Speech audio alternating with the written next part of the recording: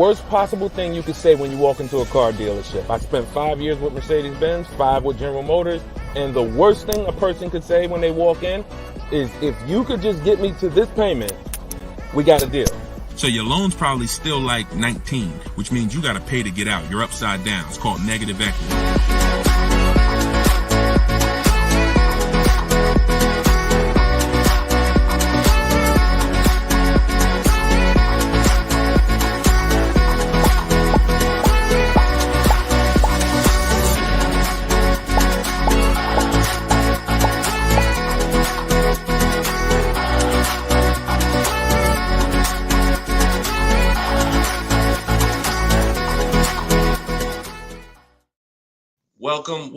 Welcome to episode 10 of Car Shopping Questions and Answers. I'm your host, Deshone the Auto Advisor. We do these live streams throughout the day to make sure that you can get insider secrets from someone who was in the car business for more than 14 years. Technically, I've been in it since 2006, even though I left in 2020 to focus on educating anyone who's willing to listen. And so those who listen to me, you're going to see throughout this show that they get below market deals. They get cars in 30 minutes from home. They're not going back and forth with negotiating. You don't need down payments. Everything that you may have thought you knew about car buying, quite honestly, a lot of that is going to be dispelled on this broadcast. But we're going to make sure that you know how to get to the money, where the hidden money is in your car deals, and quite honestly, how much you've been overpaying by not having this information. So come on in. I have my man Dolan moderating. We're live on 4 platforms. You guys can start typing your questions. And while we get the first couple questions coming in, let's do some housekeeping. If you're going to spend some time with us on TikTok, if y'all could start tapping the screen, running the likes up so we can let TikTok know that we're about to talk some serious business here. And it lets TikTok know that they need to get some more people over here. So also, you want to share this with your best friend. Last thing you want is for you to use these strategies, save a ton of money, and then your friend a year from now is telling you how they got a car and they got ripped off and they lost thousands of dollars. And then you tell them about our show and they're like, wait, why didn't you tell me about that last year when you were watching? So tag your best friend. Shout out to the sharers. Also, while we're waiting for the first couple questions, let's do some housekeeping. Some of you don't know me. My name is Deshone the Auto Advisor. I'm the author of the new digital book, Cars from Home, 7 Steps to Saving Time, Money, and Avoiding Dealerships. We're rated 4.94 on Goodreads.com. Thank you to everyone who's rated the book. And we just got another rating, which is awesome. We appreciate it.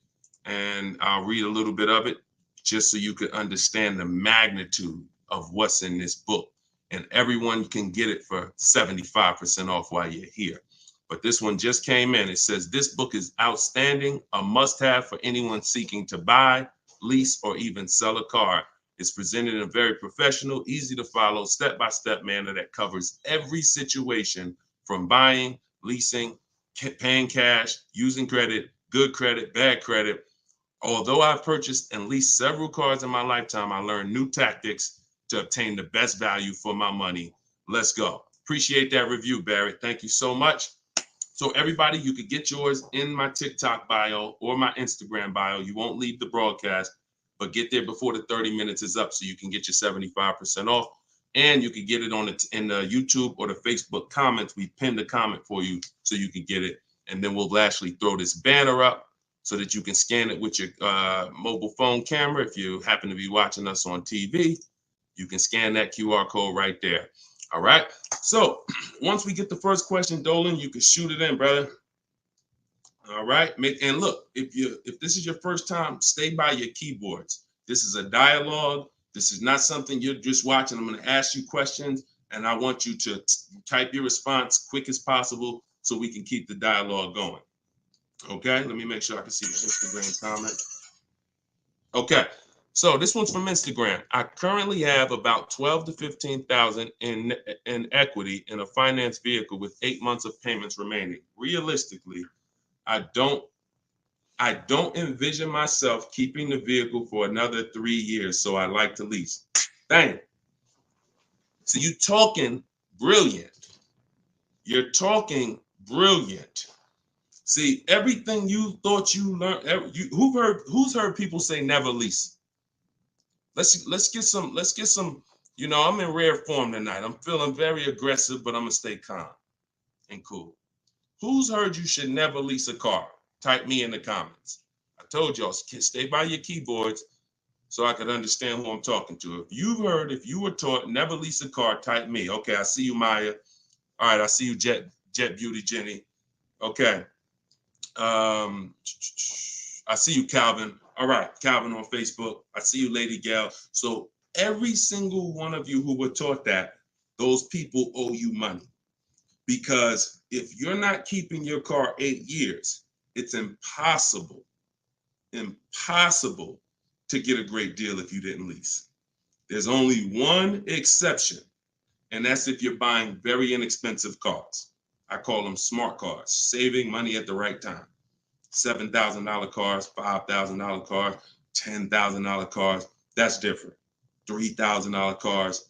But if you are buying relatively new 3, 4, 5, 6-year-old used cars and brand new cars, and you're not keeping them 8 years, you've lost thousands already. So I want you to stop that tonight. So I'm gonna make a claim. I don't mind if somebody makes a very bold claim like the one I just made, but you got to be able to support it. Let me show you something. So Tope got a lease on a BMW $690 a month.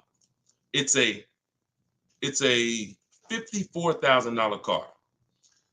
Now somebody else might have that car just like that. You might be watching saying, Deshone, I got the same car. To purchase this car, and what you're going to notice about how I want you to learn, you're going to learn to look at deals with no money going into them. Okay? See, where the confusion comes in is when down payments start coming in. When you start evaluating deals with no money going into them, you can evenly measure them. It's apples to apples, even in different scenarios. So no money down, she's driving a $54,000 BMW. Now she used our system, she got bids, so she didn't negotiate for this. She stayed at home and let these deals come to her. That same car would be $1,100 a month to buy, because some of you know every $5,000 on a purchase price, every $5,000 that you're going to borrow on a loan, on a 5-year loan, is about $100 a month, depending on the interest rate.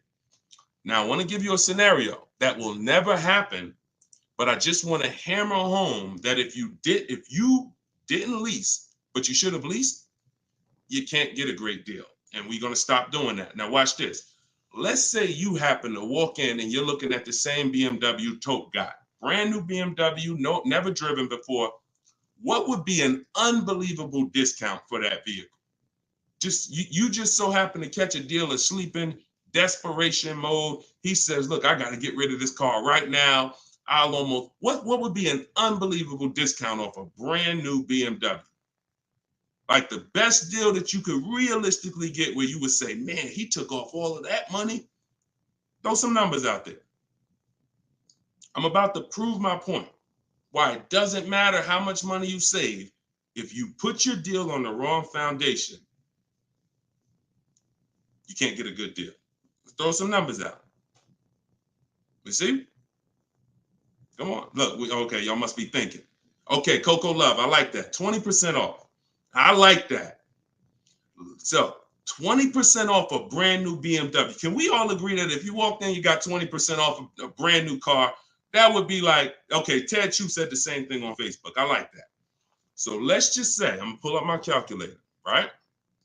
Pull up my calculator.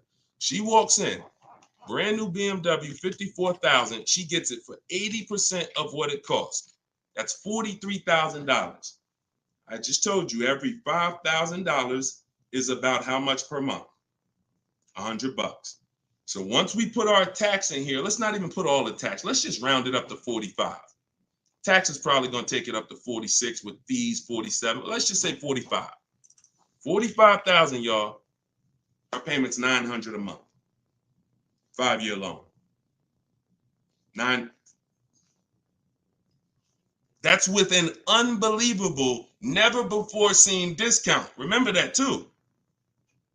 What is Tope paying? No money going into the deal. Do you see what I'm saying? Or if it's clicking, type clear. If it's clicking, that's an unbelievable, unheard of deal. Brand new BMW, desperate price. Please take it. I'm paying you to take it. Take 20% off the price. Here you go. You leave thinking, man, I won. I'll never get a deal like that again. What's my payment on this thing? $900. Take a 6-year loan. It's probably $800. Toke paying $690. This is what I'm talking about.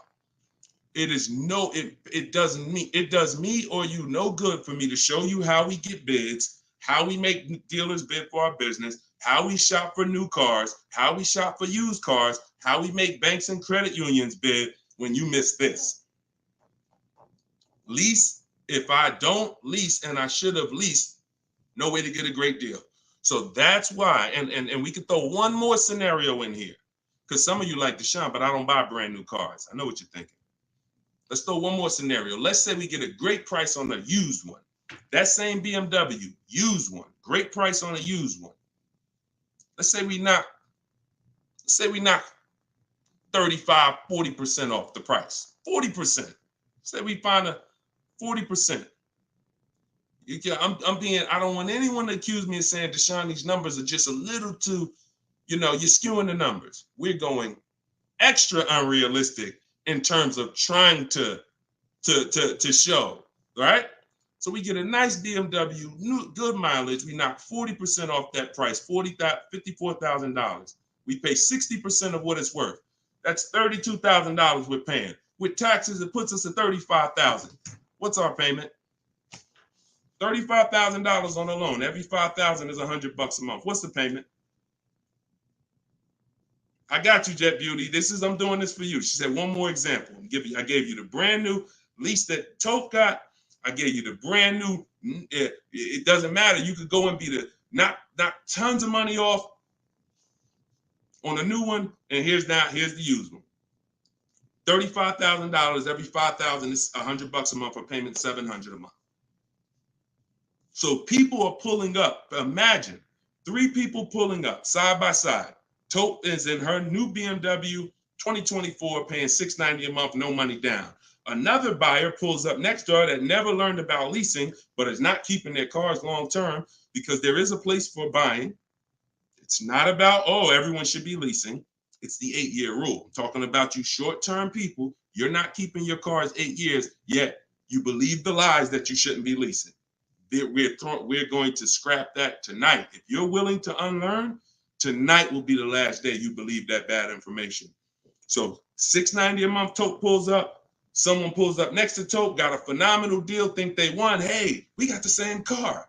Oh yeah, man, how much you get? You're not gonna believe this. The dealer gave me 20% off this thing. Oh, that's incredible. How much is your payment on that? Oh, I'm paying $900. Oh, really? Okay. Yeah, no money down though. No money down. Okay, what you paying? I'm paying $690. No money down. Oh, okay. Wow. Other person pull up in the used one. Oh, y'all got the new versions. That look good. That look real good. How much y'all paying? Oh, I'm paying $690 for the new one. Oh, I'm paying $9. Oh, I'm paying $7 for the used one. Do we understand how bad Tope is winning? So you keep believing that old information. It's cost you thousands of dollars. Cost your family thousands. I hate to be the bearer of bad news, but I'm also the bearer of good news. Because if I don't tell you, who's going to tell you? At least now you can actually make the changes and actually change your behavior and stop listening to people who rant about things but never talk numbers. Never talk numbers. They just rant and say, don't do this. Always do this. Never talk numbers though. So this is it. First step, I'm glad this is all based on this first comment we got from Instagram. Don't envision yourself keeping the car 8 years, even 3 more years, then you need to be switching to a lease tomorrow. No point in staying in it. No point in staying in it. All right. Go ahead. Shoot the next question up, Dolan. I think we went deep enough on that first one. Okay. This is the 7 p.m. live show. This is our first live show in the evening. If you see the banner on the actual show, that means we rebroadcast it, because we do rebroadcast these shows all day, so you can tell your friends, even if they can't catch us live, they can watch the show. But yeah, right now we're live, so keep typing your question. Look, Marika said, "Wow, I understand. Yeah, I understand. You're pulling back the veil." All right, this one's from Instagram. What's your opinion on the current car market with leasing? See, I can show you better than I can tell you. Those who don't know how to get great deals, there's no deals to them. We've been hearing this since the very, very beginning. When I started teaching people in 2021, we were hearing there's no deals out there. Felicia came in. She was our first person to use my stuff. She got a BMW X1.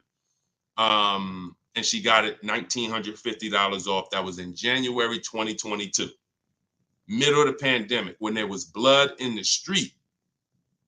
Blood, everybody who came out the dealership, it was like you couldn't believe what you paid. And God willing, you didn't have to buy in those scenarios, or if you use my strategies, you did okay. But those who had to buy, I told you how dangerous it was back then, because dealers were charging 5, 10, 15 grand over sticker and getting it. Meanwhile, Felicia came in, she got a $1,950 discount off a white BMW, not a purple one that no one wanted, white one. Bonita, I always use Bonita because Bonita was middle of the, look, 2022, December 2022. Got 600 down, 600 a month on a brand new Kia Telluride. So our vantage point is different. I get it. To you, yo, there's no deals out there. To us, it's never been no deals. It's deals everywhere. Everywhere. Look, Frena. Some of you saw Frena. Just got a brand new lease. $579 a month. $65,000 vehicle. Ridiculous deal on a Jeep Grand Cherokee Hybrid. Ridiculous. Under 1% lease deal. So, I mean, Deshone, what about purchasing though? Well, it's easier to get purchase deals because there's no lease program. All you need is a huge discount from the dealer. When you're leasing, you need a huge discount from the dealer and a good lease program. So, but here's Sean, $73,000 F-150 Lightning just recently. Look, $20,000 off he's getting. It's just what you know. And I'm not the most proud of the fact I can get deals. I'm sure there's probably not one of you who doubt if this guy was in the car business, worked for Mercedes, worked for General Motors, he's clearly good at this. Of course he can get deals. That's why I don't even talk about the deals I get. I always show the people who use the stuff that I teach so that you could understand that you could get deals. You just need to change your strategies. Stop shopping like it's 1990. You get what I'm saying? You're shopping like it's 1990. No disrespect. I'm just telling you, look and analyze yourself. What about how you shop is different than how our parents shopped in the 90s? So this is what you need to change. And when you change and you start listening to what I'm telling you, you start sitting at home and you start going online and start making these dealers come to you and getting bids while you sit at home, making these banks come to you and getting bids while you sit at home, and not trading your cars anymore, getting bids from online buyers, you're going to save the same amount. You're going to save the same money they're saving. Easier than you've ever saved it before. Okay? Change your strategy. That's what we do here. Okay? All of this is out of my new book. You can put the next question up, Dolan. Cars from Home. It's a digital book. You can get it for 75% off in the TikTok comments. You won't leave the broadcast. It's normally $97. But you get it for $24 as long as you get there before the 30 minutes is up. It'll be in your inbox. Same thing in my Instagram bio. Click the link, grab your copy, and then we got comments in the comment section. We have the link pinned for you guys on Facebook and YouTube, so you can get your copy for 75% off. Okay. TikTok. How do I know what the percentage is for lease deals for Mercedes-Benz? When I return my lease, do I have to replace the tires and brakes? If they're bald, yes. Or you're just going to pay for them. And the same thing that would lose you money if you own the car, lose you money if you're returning the lease. If you have a big dent on a car and you go to sell it, people are going to take off money for that, right? If you go and sell a car and you like, hey, yeah, I want to sell this car, and everybody looks and the tires are completely bald, they're going to take off money for that, right? Exactly. So you have to, now you don't have to run, now most leasing companies give you wear and tear. So I know you may have been thought, oh, I got to keep a lease perfect. No, absolutely not. They give you normal wear and tear. They allow you to have normal wear and tear, scratches, dings, you can even run the tires down pretty low. But when you start getting excess wear and tear, bald tires to the point where they're dangerous, dents, big dents, cracks in the glass, this stuff you're going to be billed for. And that's perfectly natural. Now, in the case of what is a good lease deal for Mercedes-Benz, it's not brand specific. Watch this, y'all. A good lease deal is a good lease deal no matter what. See, the name of the game with leases, if you're not keeping your cars 8 years, because there's a different way to win with cars, and that's keeping them long enough to where they're not depreciating a lot anymore. That's usually going to be at least 8 years before you start winning, and you can catch up with the good deals that lease people are getting. You see these payments they're paying. You saw the scenarios I put when, buying the used car, leasing, getting a great deal, buying the new car. In order for them to catch up to that lease deal, they need to keep their cars a very long time, 8 years minimum, so that they can start to recoup some of the money they're putting into these cars that a person who's leasing isn't. So long-term ownership is the way to win. 8, 10, 12, 15 years. Leases, great lease deals is the way to win. But that middle stuff, buying cars, switching them in 2 years, loss. Buying cars, switching them in 4 years, loss. 6 years, loss. Leasing the car and then buying it, so you go from a lease to a purchase, different, loss. You're stuck in the middle. So when we're looking at lease deals, y'all, we're using an old principle, which is the 1% rule. The 1% rule on great lease deals has always been around.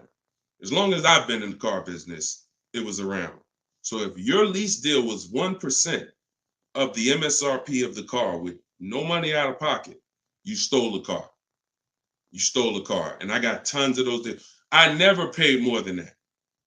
Before 2019, that was my last time I leased, I had 4 Infinities, and I had 2 Pontiac G6s when I was with GM, and I had a Jeep Grand Cherokee. Those are the cars that I have leased. Matter of fact, I only leased one of the Pontiacs, then I bought a used one.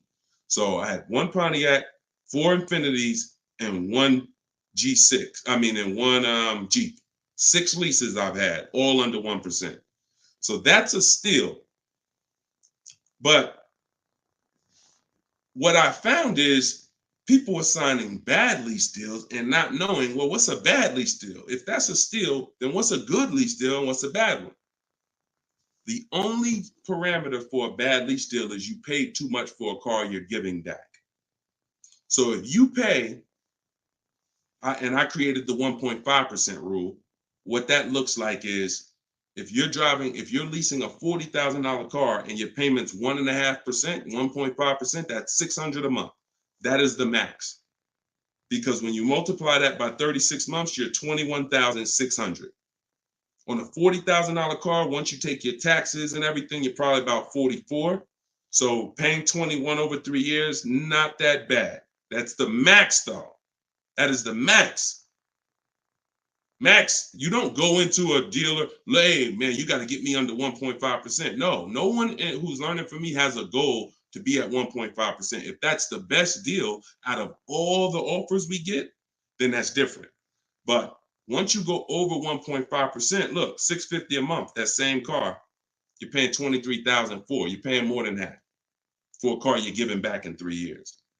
So this is why we had to have that. Now, between 1% and 1.5, that's a good deal.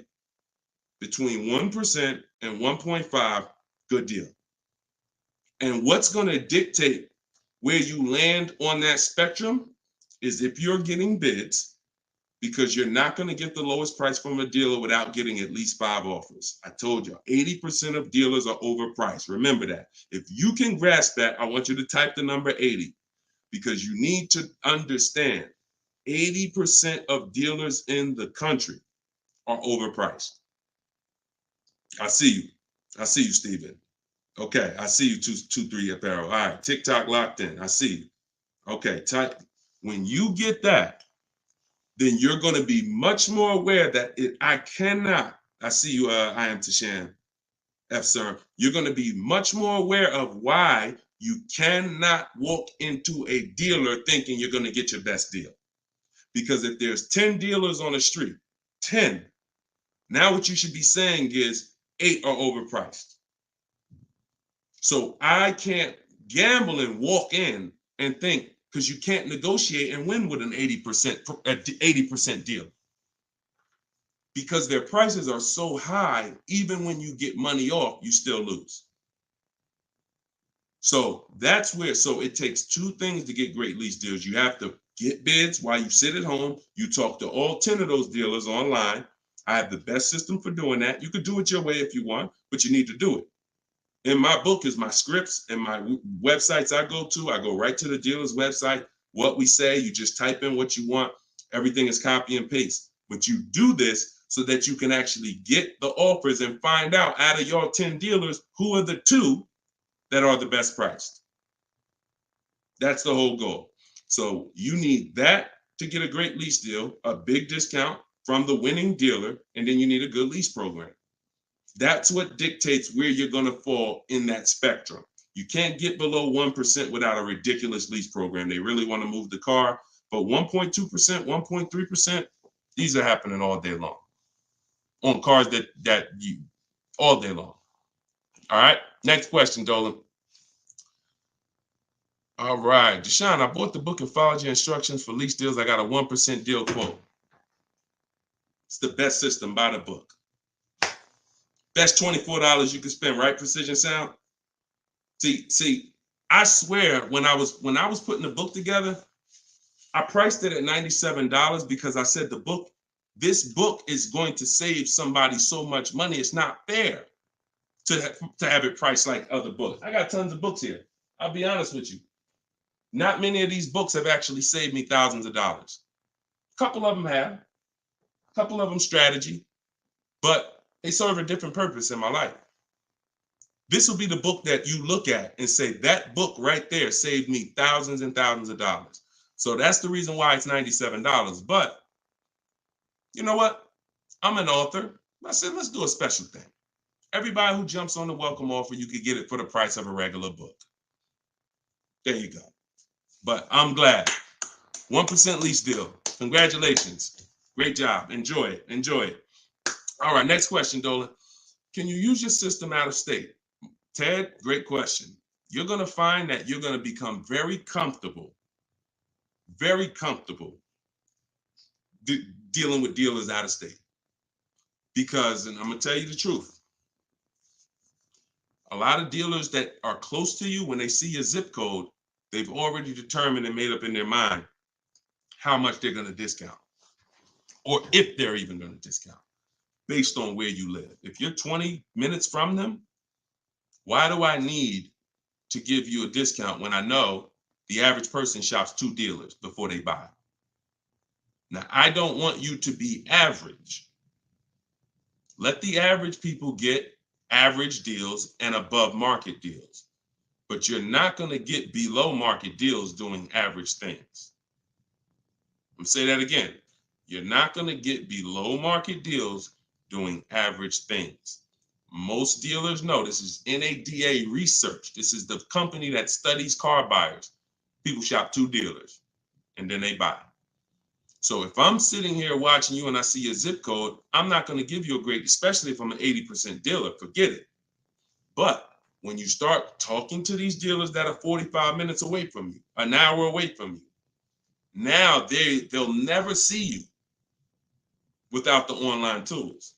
And what we want to do is these smaller dealers that are usually that don't have the foot traffic, we want to give them the opportunity because they want to be able to compete with the dealers in the city. And if it's up to walking in, they'll never have that opportunity. But when it's online shopping, they get the same opportunities, and they will sometimes take that opportunity and make sure they beat their competition. going back to Sean's deal, very important to see this. Sean posted in our groups. We have a private group. He said, I haven't seen the other. I said, I haven't seen the other offers. This is when he showed me he was saving 20 grand. And he said, you know, what do you think about this? I said, you're saving 20 grand. But I said, I don't know what the other offers are. Because what if you could save 25? Don't get excited about one offer. You got to get 5. I sold a car, a Maybach, and years ago, it had a $20,000 rebate on it. What if this car had a $20,000 rebate? We don't know. So he said, look, I got 15 offers. See, the difference is when you're using an online system, you sit at home and you start learning how to go on these dealers' website, copy and paste what you want and get these offers. You're going to be like, dang, I could get 5 more offers just like that. So he got 15 offers. Now check this out. This is what's important about this question you just asked, Ted. I couldn't find anything under MSRP locally. He expanded his search to 150 miles and he found this deal. So a dealer that was over 100 miles away from him made him this offer. None of the dealers close. Very important. So you want to get comfortable shopping out of state. And when you know how to do it the right way, especially on new cars and leases, it's easy because it's new cars. They're cookie cutter. You know, everyone has the same. Little bit more precision when you're buying a used car. But even that, don't be scared. We've had plenty of people drive an hour to get a used car, hour and a half. If that's where the best price used car is, if I'm saving $4,000, I'm gonna go over there. I'm gonna get a hotel room for $60, and I'm gonna get my car. I'm going to where the money is, not staying here because I want to be comfortable and I'll just pay more because I just want to be convenient. You know what I'm saying? Great question, though. Go ahead, Dolan. Next question. Steven, you clicked that picture of me. He said, what do I click to get the book? Click that picture of me. Even on Instagram, there's a picture of me at the top. And you can go right to that website and you'll see a button at the top that says get the book for 75% off. So get your book before the 30 minutes is up so you can get your 75% off.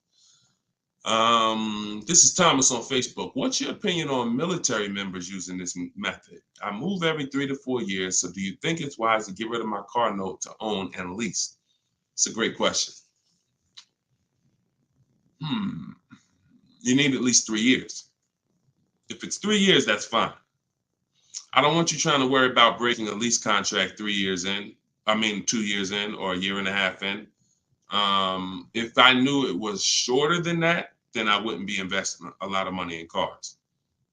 I'd have like a, $10,000 car, $8,000 car, because you can't replace cars that fast. Some of you know I do this all the time. I show you, this is the depreciation scale.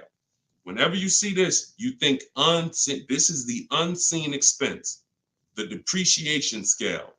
This is why when you buy a car for $30,000 today, what is it worth tomorrow? If you buy a car for $30,000 today, I want to teach you how to see the hidden money. I call this the hidden money, the unseen expense. You buy a car for $30,000 today, what's it worth tomorrow?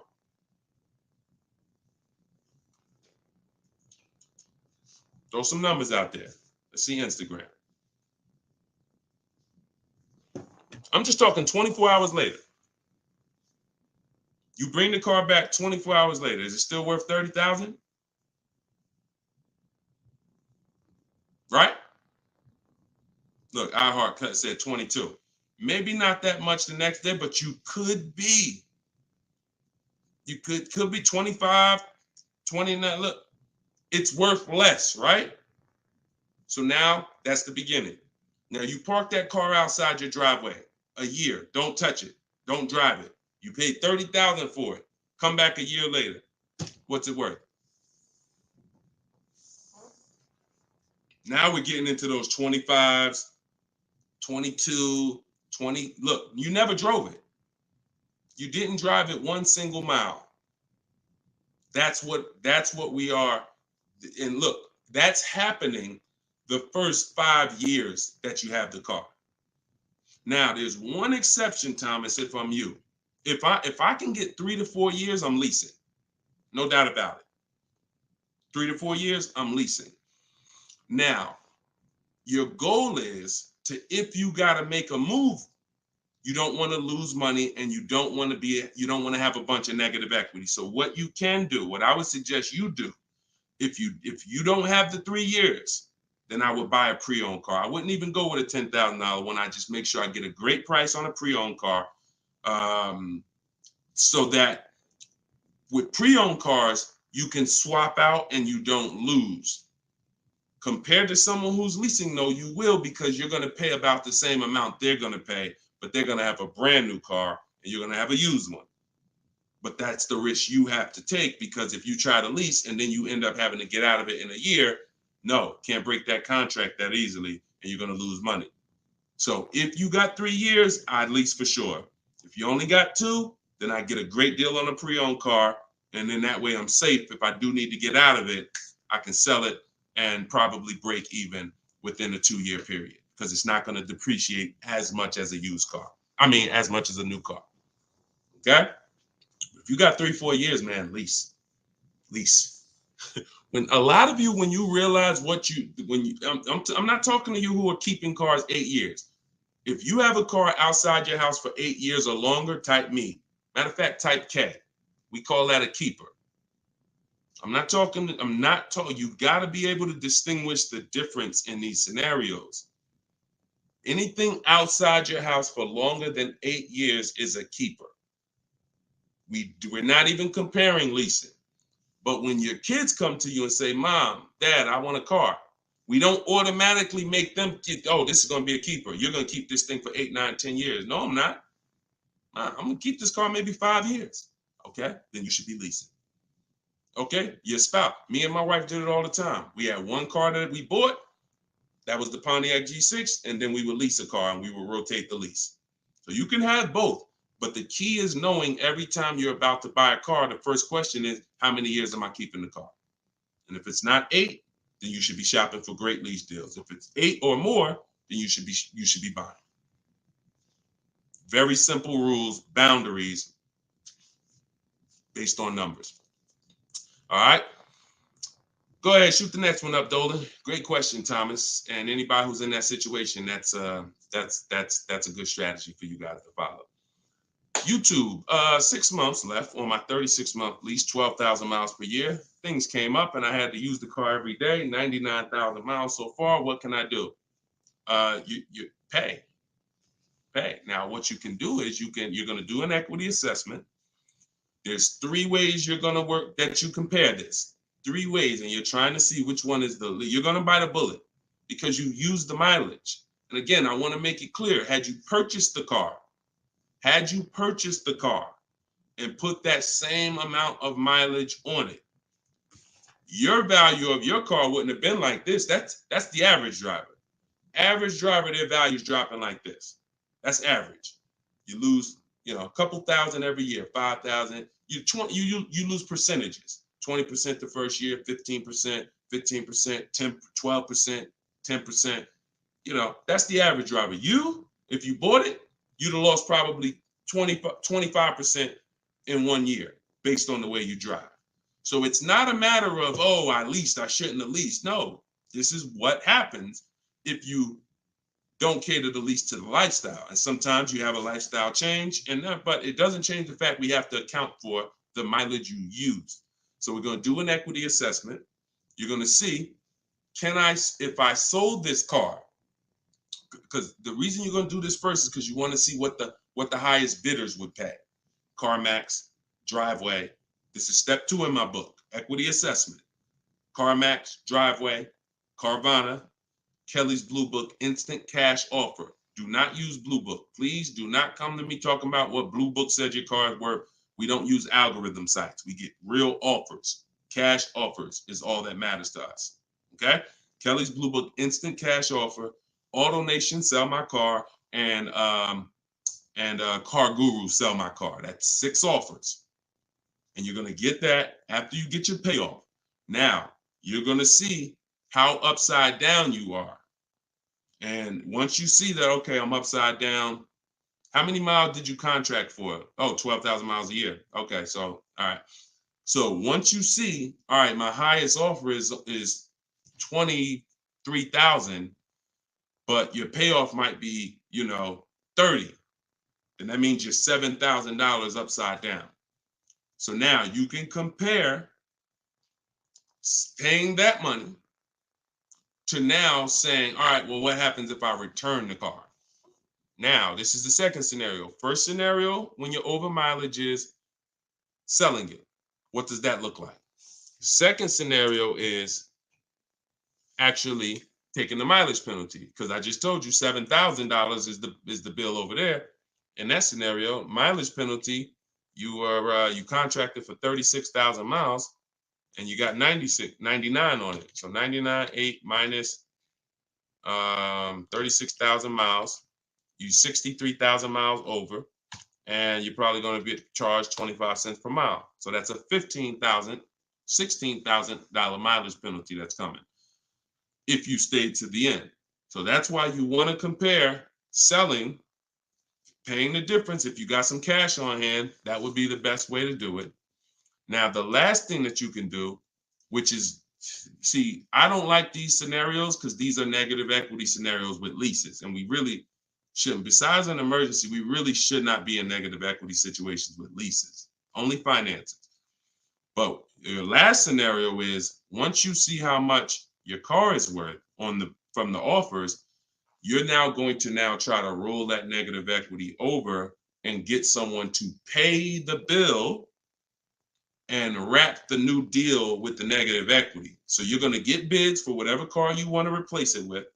Whatever car, let's just say you're looking for a Jeep Grand Cherokee, you get bids, get your best offer, and then you're going to tell them, hey, I got this old car here with this type of penalty. I need to wrap it into this deal that's 7,000 or 8,000. That's why you got to know what the market value is. Before you do this, you have to know what the market value is based on offers, so that you know, all right, I got to slap another $7,000 on top of whatever my best deal is, so that I don't get the bill. So if you can pay the bill, pay the bill. If you can't pay the bill, then you need to roll it into the next deal. But the last thing you want to do is drop that car off without doing what I'm telling you, because once that car is grounded, the bill is generated.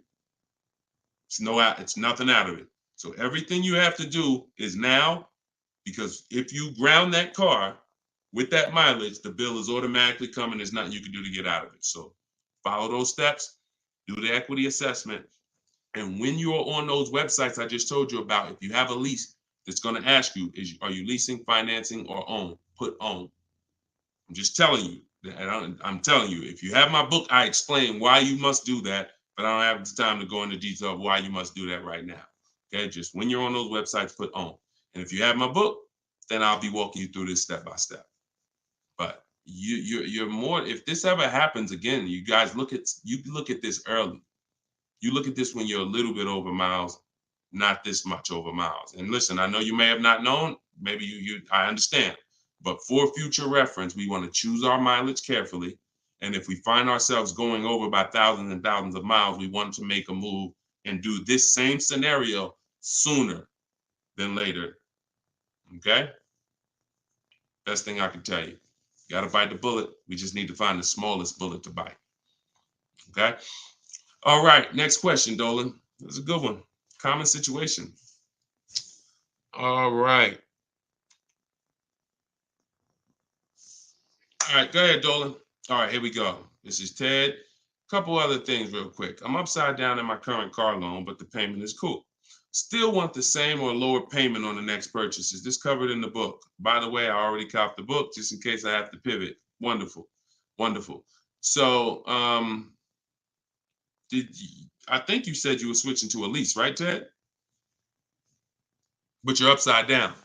So if you are in a finance, what you're going to find with great lease deals is you can usually switch, and if you use what's in that book, get your great lease deal, you'll usually even bring in some negative equity over, you're still going to be in a comfortable payment range, because a purchase is so much higher than a great lease deal.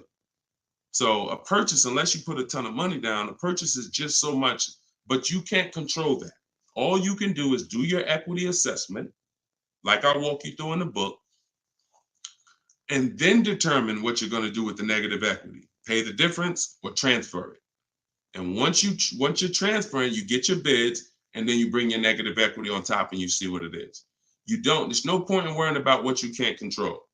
But I can tell you that most times switching from a lease to a finance to a lease, you're getting more car and you're usually dropping your payment, especially if you buy new cars. If you buy new cars, forget it. You're dropping your payment dramatically. So you can still move negative equity over. But even on used cars, you're going to see that just going from a finance, you saw the scenarios. If you were here at the beginning of the show when I started those 3 scenarios, you saw how different the payments were.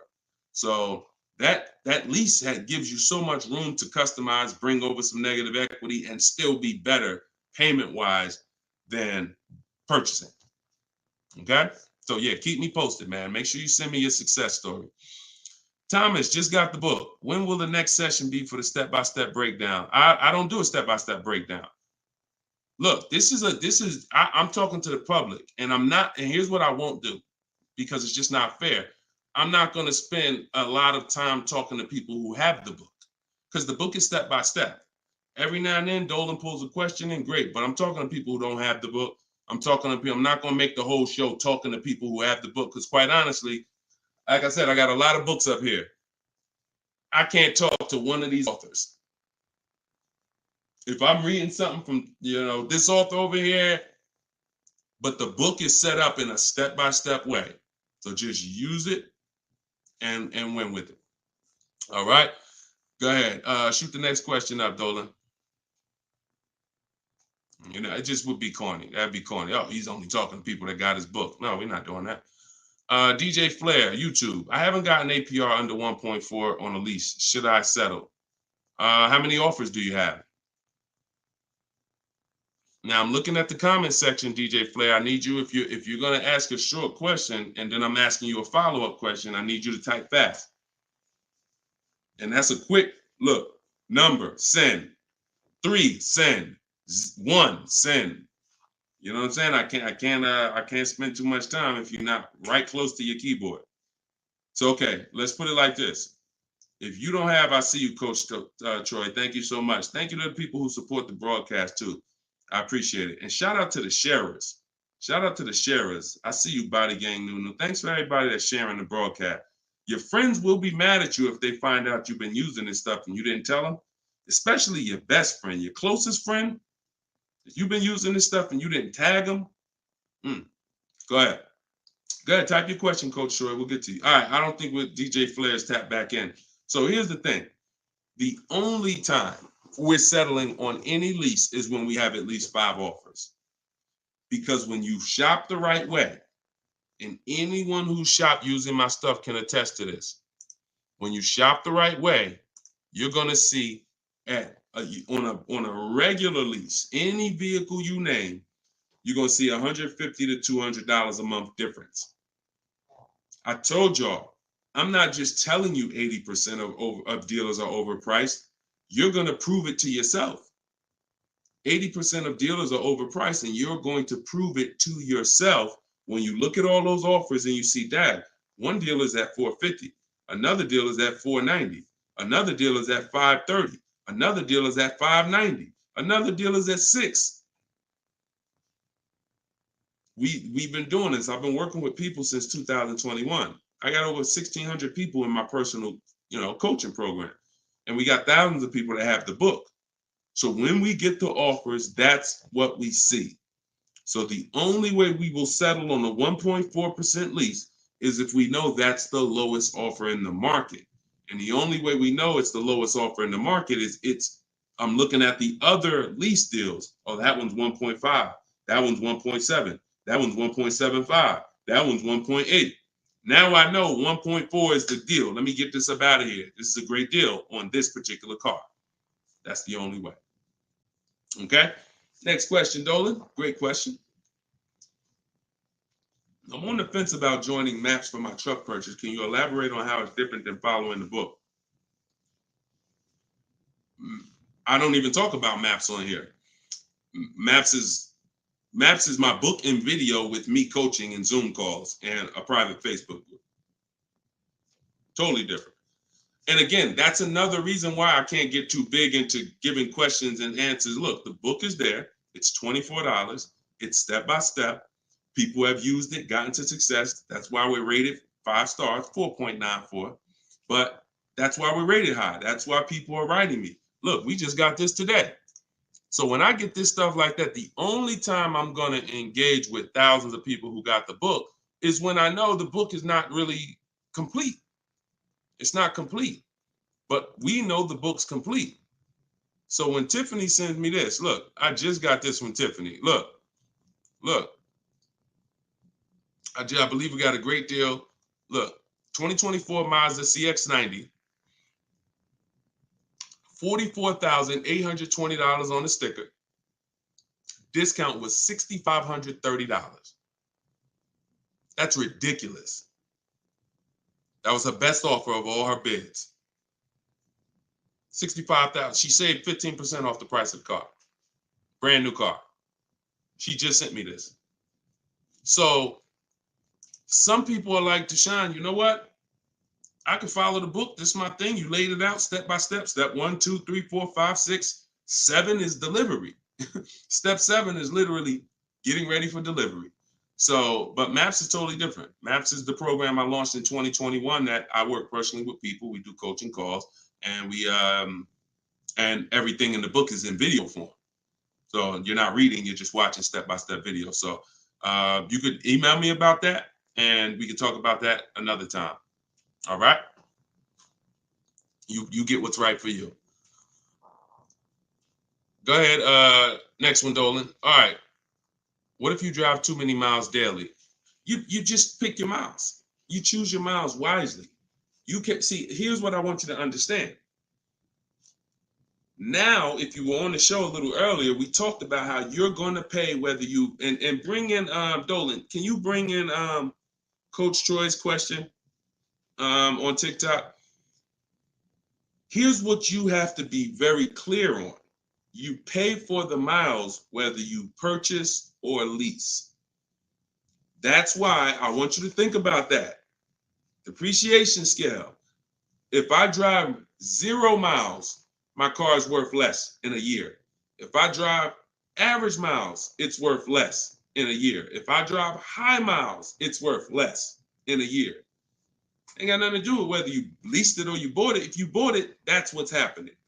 So the purpose of the lease is to know I'm not keeping my car 8 years.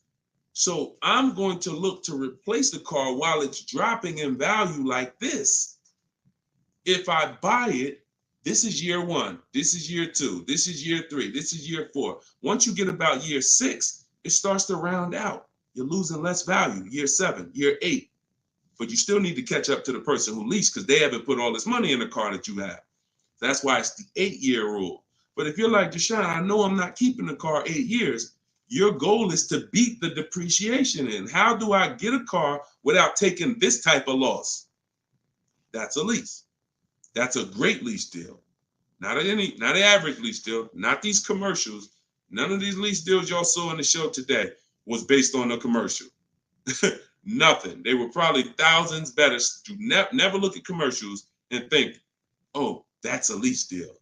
Absolutely not. Absolutely not. So what you're going to do is you're going to assess your miles, see how much you drive to work and back, how many days a week, and you're going to add that up over the year, and you're going to come up with a number. And if it's $18,000 a year, great. I worked for Hyundai for 6 weeks, and I keep the story short, but I worked for them for 6 weeks. I was a manager there. Owner ended up getting indicted. Straight up highway dealer. Like I would never, it's the only dealer where I said, whoa, this ain't for me. No way. Got out of there in 6 weeks. Gave them their car back that they had me driving. I said, I appreciate it. God bless you. So I end up getting, I had a person who was dropping off their lease. And I was doing the paperwork to ground the lease for them. Hey, I was doing the work to ground the paperwork, and to ground the lease, and I saw that he had like 70,000 miles on the car. And I said, "You lease this?" He said, "Yeah, man, I always lease." I said, "Wait, you in sales?" No, he told me. He said, "Yeah, I'm in sales. I drive over 20,000 miles a year. I used to buy my cars, and I just be, all this negative equity. I had to put big down payments. I just, once somebody showed me about leasing, I never stop. I pay my payment, I bring it back after 3 years, get a new one every 3 years." I said, "Wow, that's crazy." Then I looked at his payment, and I saw his payment was only like $150 a month more than a normal payment. It wasn't $500 more a month. It was $150, $175 more to get the additional mileage that he needed. I said, "Man, I'm telling everybody about this," because I had high mileage drivers coming in with same amount of mileage on that he had, 70, 80,000 miles, except they bought it. And now I'm like, "Hey, you got like 12,000 negative equity because your car, you got so many miles on it." And they're like, "Yeah, I know." So before I learned that about high mileage leases, that's what I used to do. I didn't understand it, but now forget it. And that was back in that was 2016. So everything I've learned, I bring it to the public, and I've learned from seeing bad scenarios. So no matter how many miles you drive, as long as you're not doing like Uber or Turo or something where you're renting the car, you're just putting like as many miles as you can on it a year, and you don't really know how much you're going to put on. As long as that's not the case, it's predictable, then for sure. I have 2 strategies in my book for high mileage drivers that don't keep cars 8 years. 2 strategies: high mileage lease, and then something I call 2 cars, 1 payment.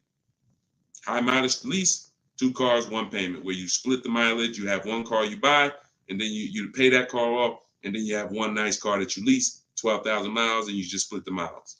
Either way, stop buying. And now, one more thing, and put the next question up, Dolan. Now, if you're a high mileage driver and you are an 8-year person, great, no reason to lease. There's plenty of cars out there. You buy a car that you can drive 25, 30,000 miles a year. That'll last you 8 years. No reason to lease. See, if you are keeping your cars 8+ years, forget about leasing. If the person who you want to shop for is 8+ years, no reason to lease. I'm only talking to you who are like 6 years, 5 years. Deshone, I'm not keeping it 8 years. You are the ones losing thousands of dollars by not leasing. All right, I see you. All right, so this is Coach Troy from TikTok. And we're live, y'all. Just in case you know, we're live for a couple more minutes. This is our 7 p.m. live. We whenever you don't see the banner on top, you know it's live. Whenever you see, because we rebroadcast these shows because a lot of people can't make them, so you can catch them on pretty much any of our platforms. You can watch the replay, watch the rebroadcast. But we are absolutely live right now. So for a couple more minutes, you can type your questions. This is Coach Troy from TikTok. I have a lease now. My lease is up in June. My credit fell to 573. Can I go for a finance? What I do is I'd get a smart car right now, saving money at the right time. Now, if you have a strong car payment history, that weighs on your profile. Mercedes, tell y'all a story about Mercedes. Mercedes, if you paid Mercedes, your whole world could be crashing down. They'll approve you again. So I would have people come in and say, Deshone, or they'll call me and say, Deshone, my credit's not where it was when I got the Mercedes a couple years ago. What do you think? I said, well, how was the payments on the Mercedes? I never missed one. You're good. Maxed out credit cards don't matter. They look at that. So if you paid the car payment, I go for a lease. If you missed a couple car payments, but if you missed a couple car payments, I'd go for maybe a less expensive lease.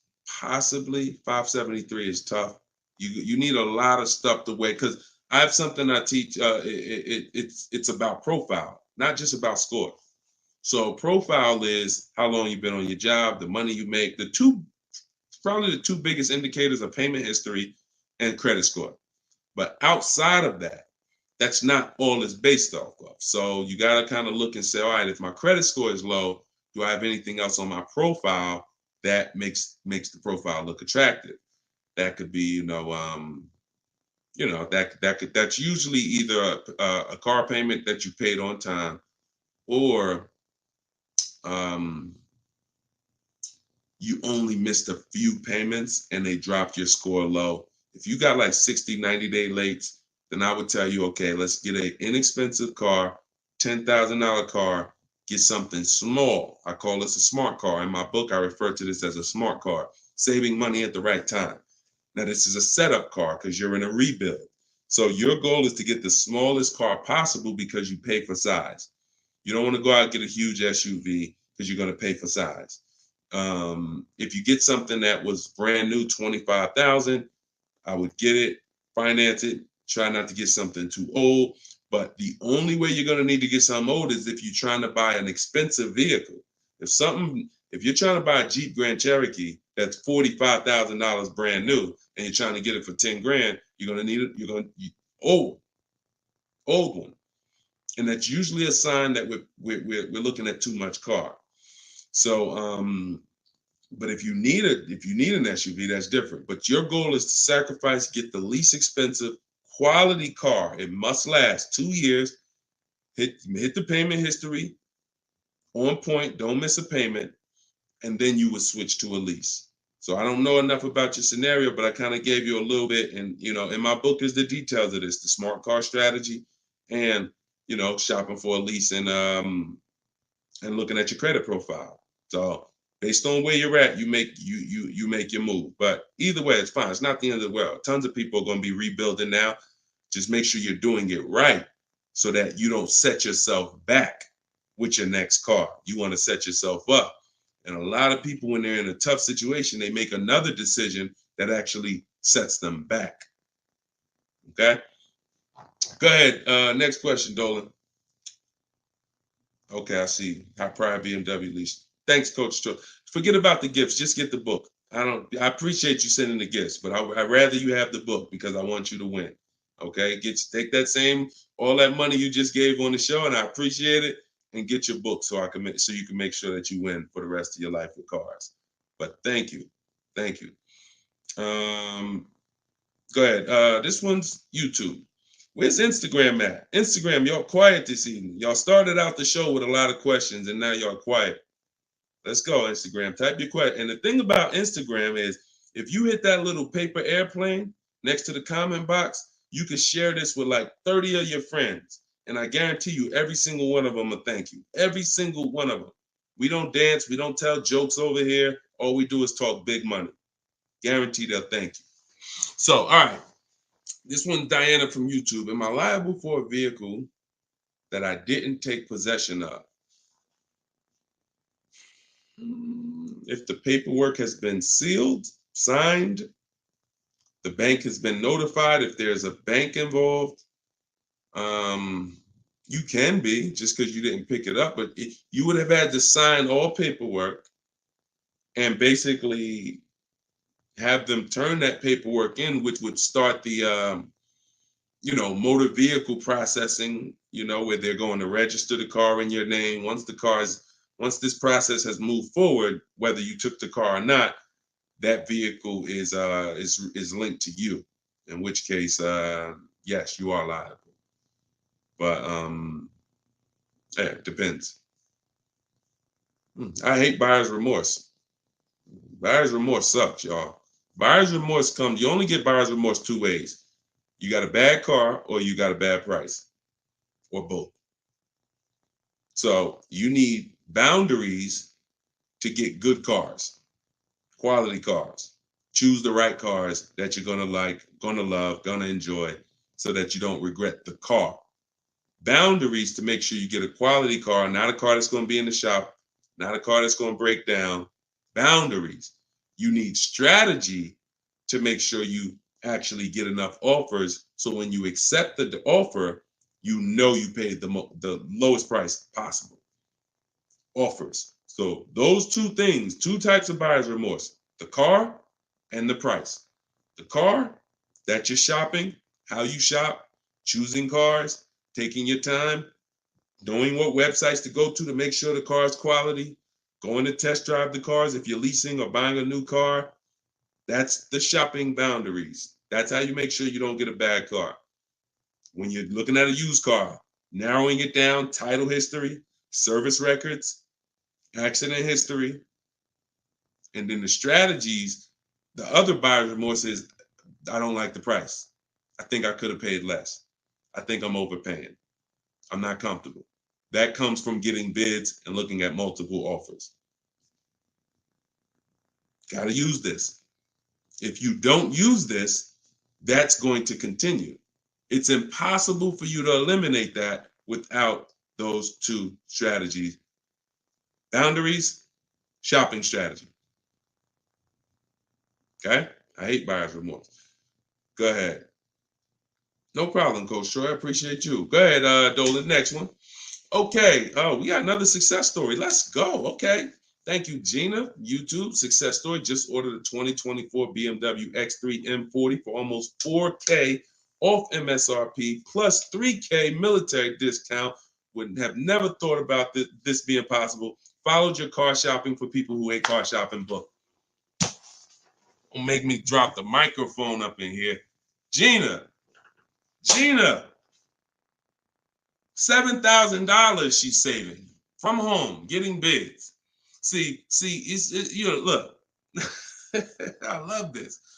I love this. This is empowerment right here. Forget all that other stuff. Forget all the other stuff. Is if you use something and it does not save you money, throw it out. But you got to use it. I knew that if you're willing to use what's in my book, if you are willing to take it, trust my process, these are the results. You don't have to be me. You don't have to be Deshone. Gina's not me. Gina didn't even know about this a month ago. Got the book, used the step-by-steps, saving $7,000 off a brand new BMW M40. X3 M40. Come on. Come on. Congratulations. Enjoy it. Great job. I had dealers beating other dealers' prices. I see. Come on. That's the language that I want you talking. That's empowerment right there. There's no buyer's remorse. There's no potential for buyer's remorse. How? I got dealers competing. Yo, all right, you the best right here. You won. The heck? There's no room for buyer's remorse when people were competing, jumping through hoops. Hey, pick me. Here's my offer. Here's my offer. Here's my offer. Come on. All right. I love it. Good job, Gina. Okay, to everyone else who's like, what book did she use? That's my new digital book. It's called Cars from Home. It was originally called Car Shopping for people that hate car shopping, but now it's called Cars from Home. 7 steps to saving time, money, and avoiding dealerships. Has all my templates for new cars, used cars, leases, everything in there. And it's normally $97, but in my TikTok bio, you can get yours for 75% off. In my Instagram bio, click that link and then get your book. You'll pay $24 instead of $97. And in Facebook, YouTube, we got the comments. We got a comment pinned for you guys to get it. Go to deshonsbook.com right there on the screen. Or if you're watching us on TV, you can just scan that QR code with your mobile phone. I want the success stories. I love the success stories. Love it. All right, go ahead, Dolan. We got a couple more minutes. Go ahead. Next one. Okay, this one's Maria from Instagram. Apologies. I had to serial earlier, so I probably missed the answer. Do we include the fees into the payments when calculating the 1.5% rule? Absolutely. Now, the simple way is you don't have to worry about the fees. You're getting offers. Here's all that's important, Maria, when we're getting our lease offers. Total out of pocket is first month's payment only. If someone submits a deal with no first month's payment, you $2,000, $3,000, because some of them will do that. Can you please, resend the offer with just first month's payment? Then 12,000 miles per year. Then we're getting at least 5 offers. And then what we're doing is we're dividing the monthly payment into the MSRP. Dividing the monthly payment into the MSRP, not the selling price. Doesn't matter the selling price. The selling price is what affects the percentage. That affects the percentage. You need the MSRP so you can judge the deal. MSRP. Divide that into the MSRP. That's all you need to know when looking at lease offers. So I can look at 20 lease offers from 20 different people, As long as they are using the format that I told them to submit me the offer in, I can compare 20 offers in 60 seconds, maybe 2 minutes. Boom, boom, boom, boom. All right, this dealer made the best offer. Very simple. Don't worry about fees with leases. Just do those percentages. Everything else will slow you down. All right, great question. All right, wasn't it fun? Look, Precision Soundworks said, wasn't it fun following his steps? I just gotta put that on it. Listen, this game, oh man, come on. Wasn't it fun following his steps? Because you're in control. You're in control. It's fun being in control when you've been buying cars. You've been out of control for all your life. You felt intimidated. You felt like, oh, they're gonna get over on me. I'm gonna say the wrong thing. I'm gonna do the wrong thing. Now it's the total opposite. You're in control. So it becomes fun. My man. I love it. All right, go ahead, Dolan. Okay, this one's from TikTok. My brother totaled my car with only liability insurance. What should I do? Talk to the insurance company. Being underinsured is a real thing. That's called exposed. You're out there with exposure. So liability insurance, yeah, and hopefully it was a very inexpensive car, like a $3,000, $4,000 car. I hope you weren't. Hope it wasn't like a $10, $12, $15, $20,000 car. This is why insurance exists. I'm sorry to tell you, like that's some of the worst scenarios. But being underinsured is a real thing. So make sure you're using. I use a company called Insurify.com or Jerry to shop insurance. It shops all the companies for me because you should be shopping for car insurance every single time your car insurance is up. And but yeah, you got to be properly insured because these things happen. Say, look, gap insurance. A lot of people don't know. People will say, "Oh, I won't buy gap insurance," or they'll say, "When I go into the office, never say no to everything." Well, if you needed gap insurance or you needed the right coverage, we either get it from the dealer or we call our insurance company. There's other insurance companies that sell gap insurance, but before we get it from the dealer, we'll call our insurance company or we'll go online. But if you total your car and you owe 25, but the car's net value was 20, you got a $5,000 bill coming. Totaled your car, lost your car. Now here comes a $5,000 bill. Hey, what happened? Gap, exposed. So this insurance thing is very real. So please make sure. I hope it works out for you, but make sure you have proper insurance coverage. All right, go ahead, Dolan. All right. Great questions. Great questions.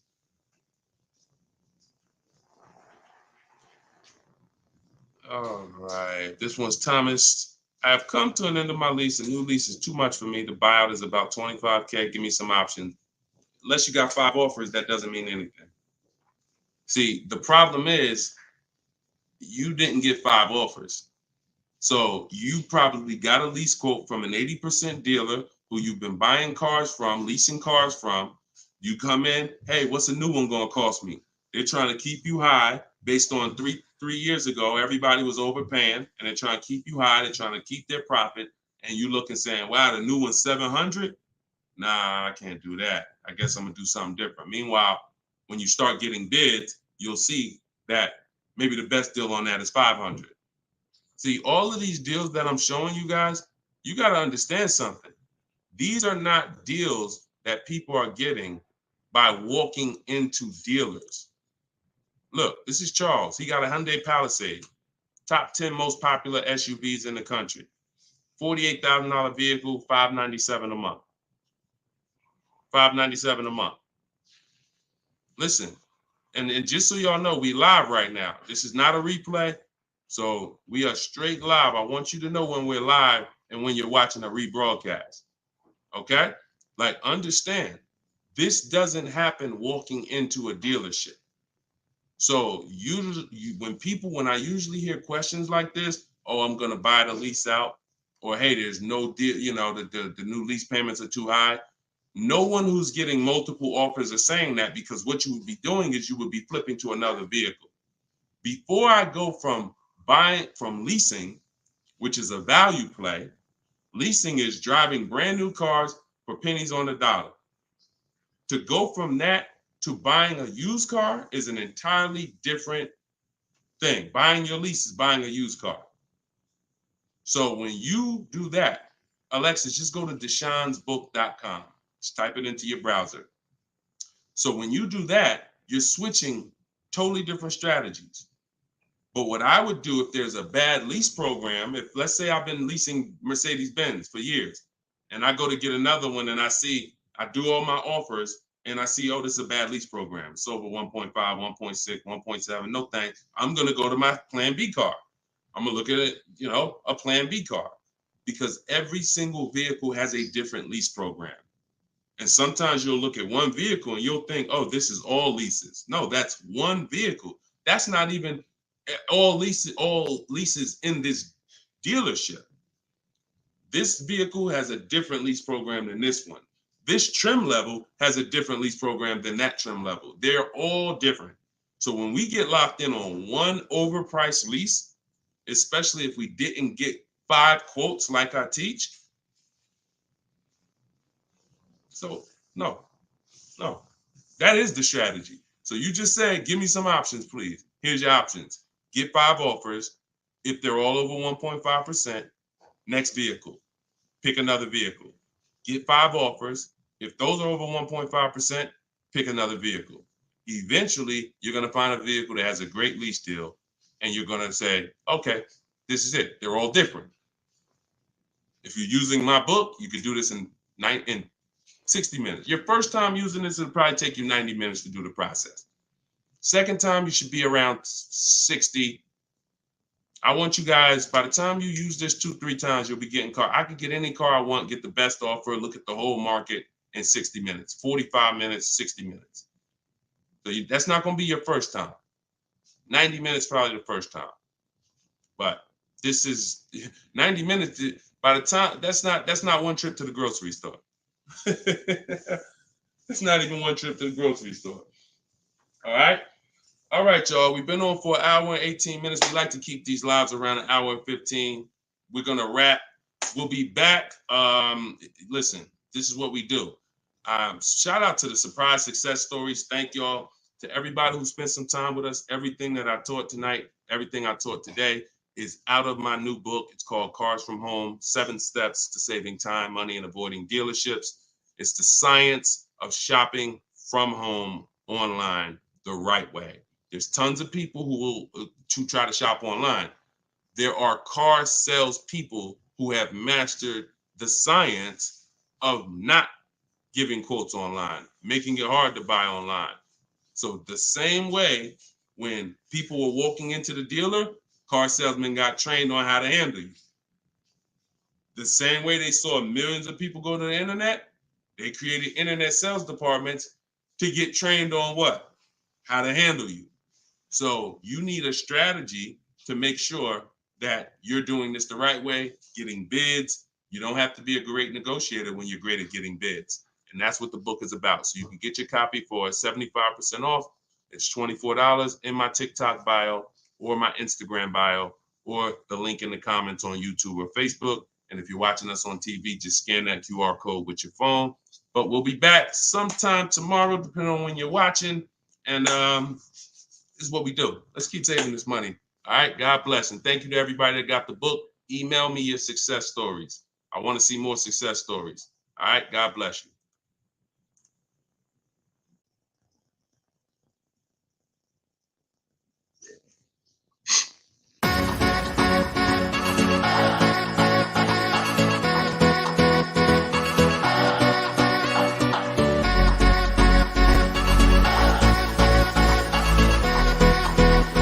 The worst possible thing you could say when you walk into a car dealership. I spent 5 years with Mercedes-Benz, 5 with General Motors, and the worst thing a person could say when they walk in is, if you could just get me to this payment, we got a deal. So your loan's probably still like 19, which means you got to pay to get out. You're upside down. It's called negative equity.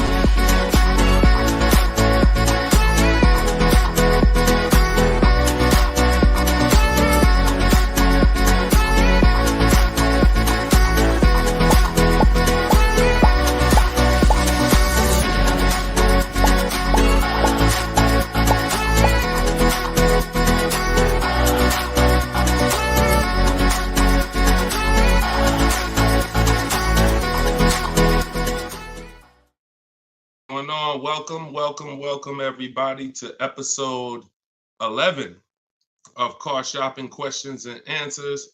I'm your host, Deshone the Auto Advisor. I'm just sharing the broadcast onto Facebook. We're live on all 4 platforms: TikTok, Instagram, YouTube, and Facebook.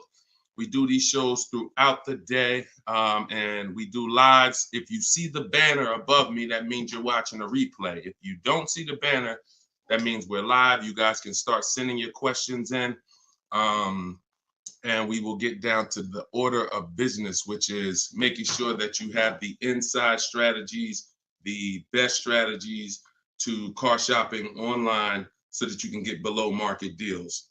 Good to see you, Miss Brooklyn. I see you on TikTok. Let me pull up Instagram. I like to see my Instagram comments. I got my man Dolan in the back moderating, and so he'll be pulling your questions in as you type them. If this is your first time on a live with me, can you type the number 1? First time ever on a live with us, can you type the number 1? And everybody who's been here, if you've been here before, can you type the word welcome so we can give a welcome to the first timers in here, to the people who've been here before. We got a lot of first time people. Good to see you. All right. And type a welcome to everybody who's been here before. Now, I always say you should share this with at least your best friend, because they will get upset with you if you start using these strategies, when you start using them and getting below market deals and they're out there fending on their own and overpaying. All right. So share this with your best friend. Now, just some housekeeping. I am the author of the new book, Cars from Home, 7 steps, not 70, 7 steps to saving time, money, and avoiding dealerships. We're rated 4.94 on Goodreads.com. So I appreciate all of you who have helped us get to this rating. I'm showing it right here. I think right now we're up to 35 ratings and 28 reviews. I appreciate everyone who's taking the time to review the book. So appreciate it. Everyone can get your copy of Cars from Home, my digital book, in my TikTok bio for 75% off. It's normally $97. You can also get it in my Instagram bio. And then we have a comment in the Facebook and YouTube section pinned so that you can get your copy for 75% off. And we also have the banner for those of you who are watching us on TV. You can simply scan that QR code with your phone to get your 75% off. It'll be in your inbox in 3-4 minutes. Now, something very important to know, that's only for 30 minutes. Once you visit that site, you'll see the 30-minute timer. Once it goes to 0, the price does go back up to $97. So get your book before the 30 minutes. All right. So come on in. Dolan, whenever we get the first question, you guys can start. We can start bringing them in. And what I always say is type your questions fast, stay by your keyboards, because we like to dialogue with you while you're on the show with us. Okay, Carm from TikTok said, would there be any benefit for me in turning my lease in early if I'm going to finance my next car? No, because a lease is a contract. So if when you set out, like with a finance, you could switch it in any time. So finance, it's your prerogative whether you want to, sell that car. Some of you may have been taught you had to kind of have your car. Some of you may have been taught you had to wait and basically have your title before you could sell the car. That's not true. You can sell a car that you own anytime you want, whether there's a loan on it or not. Now, in the case of a lease, it's not like that. You have a set term, usually 36 months, 39 months. We don't do 4-year leases. And so unless you can sell that car and break even through what we call the equity assessment process, where you're going to get cash offers, then no, there's not only is there no benefit, there will be penalties to you doing that. So that's the only way to get out of a lease early, is to sell your way out of it. If you turn it in early, all those payments will be due that you were responsible for. All right. And if you're going into a finance, I hope you're going from a short-term mindset to a long-term mindset. So hopefully you're like, okay, I plan on keeping my next car at least 8 years so that I can make sure I get the benefits of purchasing. There's no other benefit of purchasing, in my opinion. And look, if you guys want to throw some out there, there's no other benefit of purchasing besides the fact you can outlive the depreciation of a car. Paying the car off is not a benefit if you're still seeing massive depreciation. So if your car is losing thousands and thousands of value every year, thousands of dollars in value every year, but it's paid off, who cares? That's a loss. But with a purchase, you can hold on to the car long term, and then you'll outlive the depreciation to the point where the car is not losing value every year. It might lose a couple hundred. That's it, but not normal depreciation. So hopefully if you're switching from a lease to that, that's your mindset. Okay? Nothing else makes sense. Financial sense. All right, go ahead, Dolan. Next question. This one's from Instagram. Oh, wait, hold on. We got another one. Instagram. I extended my lease on my 2020 Jeep Grand Cherokee. I only pay about $270 and change a month, thinking I should buy it out. What are your thoughts? Why do we want to go from leases to buys? There are two totally different benefits. First of all, $270 a month, and I'm assuming you put money down, because even on a great lease deal, $270 a month is just not going to happen on a Jeep Grand Cherokee. So you paid that payment a little, you paid to get that payment a little bit, but yet and still, a lease is, the benefits of leasing are you're driving very expensive vehicles, brand new vehicles, $25,000, $30,000, $50,000, $100,000 vehicles for pennies on the dollar when you get great deals. You're literally driving them for 30%, 40% of what someone who purchases them is paying when you get great lease deals. What's the benefit of switching to a purchase? What's the benefit of buying a used car after that? Which is what you're asking, Patricia, is, okay, should I go from my lease to buying a used car? Because that's what when you buy your lease, that's all it is. You're buying a 3-year-old used car. There's nothing different than that. So if you are of the mind, and also to get a payment that is relatively low on a lease, you got to take a long, when you buy out your lease, you got to take a 6-year loan, especially with today's interest rates. You're going to take a 6-year loan.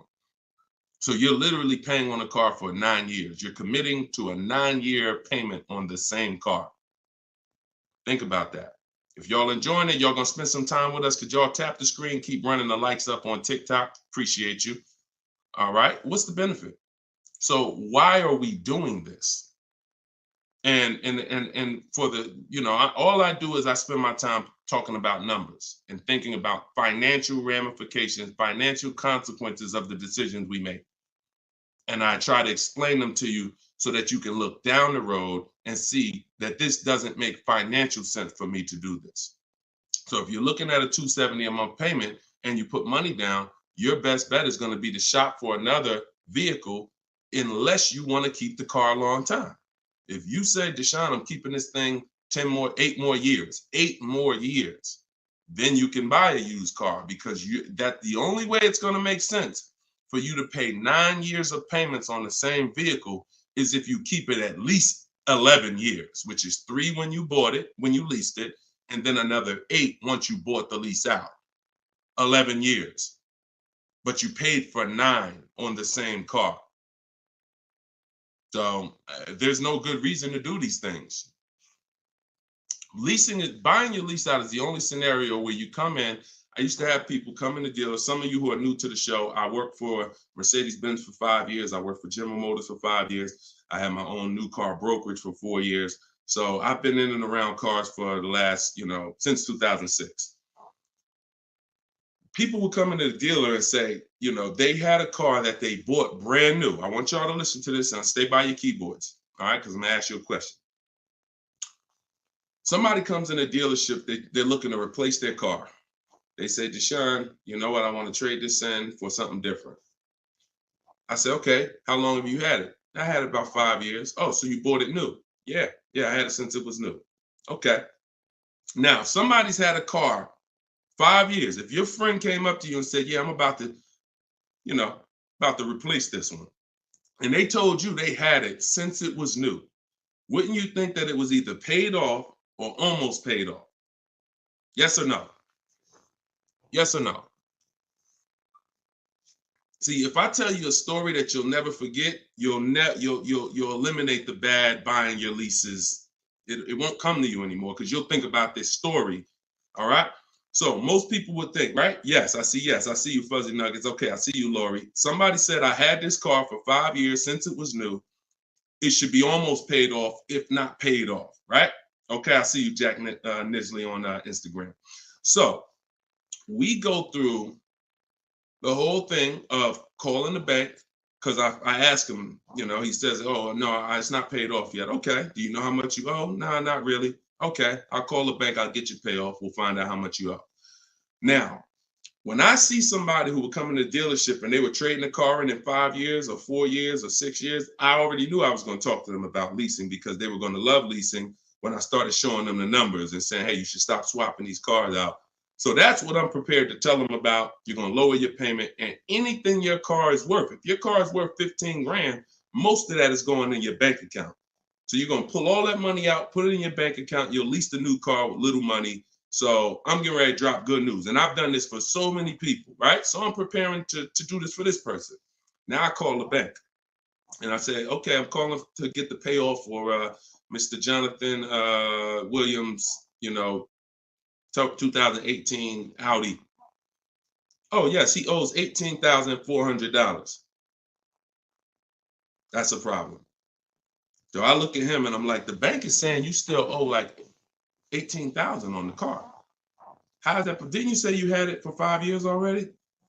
Oh, yeah, but you know what? I actually leased it, and then I bought the lease out. This is how I found out this was horrible.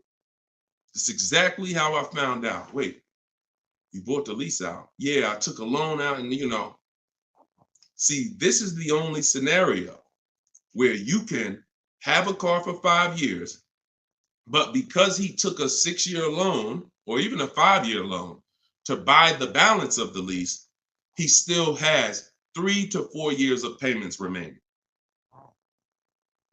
I want to let that sink in. 3 to 4 years of payment. He comes in after 5 years.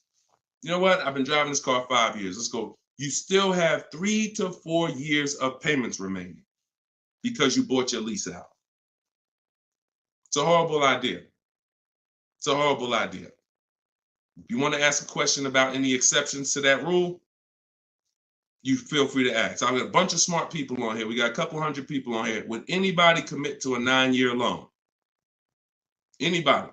Anybody willing to raise their hand and say, hey, yeah, I'll buy a car, 9-year loan? Anybody?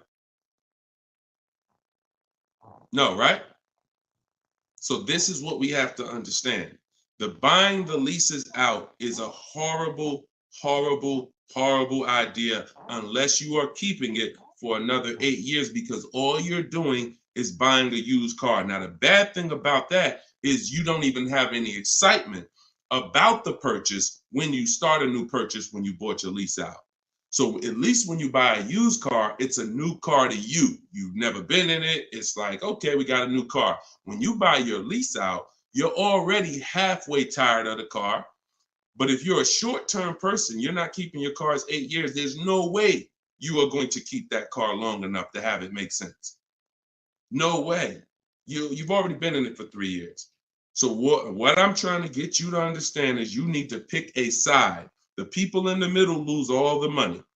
The people who buy their cars and keep them 8, 10, 12 years win. You still got to make sure you get a great price on the car. The people who get great lease deals win. Great lease deals, not regular lease deals. Win. There's two sides, but then this middle, those of you who buy your car and then you trade it in 3, 4, 5 years, you're in the middle. You're trading your car in when it's losing the most money in depreciation. You're losing thousands of dollars compared to these other two people. And those of you who are buying your lease out, you're paying too long on these cars that you're not going to keep long enough to have it make sense. You're in the middle, stuck in the middle. Pick one side and stick to it. And the way you do that is to ask yourself, every time you're about to get a car, how many years am I going to keep this car? Very simple. 8 years or more, I'm purchasing. 7 years or less, I'm shopping for great lease deals. That's how you get out of the middle. That's how you win. By the numbers. And I'll show you people throughout the show that you see these numbers don't lie. Go ahead, Dolan, shoot the next one out. All right. Let's talk about the black book and how dealers use it as an advantage to ask higher prices. In what way? Okay. Black book, most consumers are not even aware of. So when it comes to black book is a tool that dealers would be using, if anything, and consumers are not going to be aware of it. Now, when I've never in my life buying a car needed to focus on what the black book says, because I don't focus on algorithms. I focus on offers and bids. Offers and bids.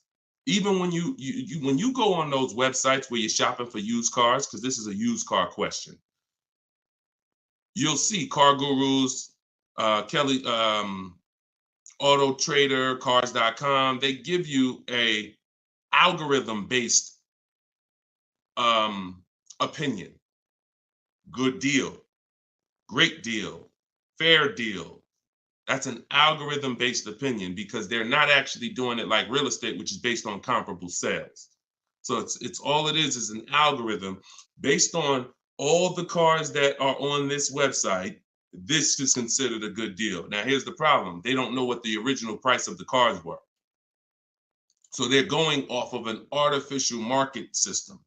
So if I just take everything on my website and then say, based on everything on this website, this is a good deal, but I don't know the most important thing, which is what I teach. This is in my book. This is everything I talk about you need before you can buy a used car. I need to know the original price. So the car that I ended up getting, which was a 2021 Infiniti truck, they said that was a fair deal. I'm looking at it, and that's why I ignored it. So I don't even pay attention to it. But when I'm looking at these top 4 Infiniti trucks, they all look the same. They're all white. They're all the same year, 2020 at the time. It was 3 years old at the time. They're all within a couple miles, 26,000 miles to 36,000 miles, similar miles. So, and they're all asking between 30 and 32,000. So that's confusing for someone who's going to, now that's why they give you the algorithm, because what they're going to try to do is try to end the confusion so that you don't stay there and you buy something. But no, what you need to do is you need to get the original window sticker of the car. Now, Carfax has agreements with some dealers, some brands. But once I got the original window sticker, here's how the clarity comes in. What I just told you is the scenario that most of you who shop for used cars online, you've encountered that. I'm looking at 4 cars. They all look similar miles. They're all asking within, $1,800 of each other. How do I pick the right one? Right? Normal question. Once I got the original window stickers, what do I see? Well, one of them is $46,000 brand new. One of them is $48,000 brand new. One of them is $52,000 brand new. One of them is $54,000 brand new. And that's the one I got. Type clear if that just clicked for you. See, when I'm looking at the algorithm-based price, now you're telling me, oh, well, these cars are within $2,000 of each other. So really, no matter which one you pick, you really did okay. That's what you're telling me based on the algorithm. But based on the facts, if I accept the one for the lower price, because I think, oh, well, they're all the same. But that's the one that was $46,000 brand new. And the other one that was $54,000 brand new, that had all this special equipment in it and features and all types of nice stuff in it, that one they were asking $1,500 more. So I lost if I picked that lower price one.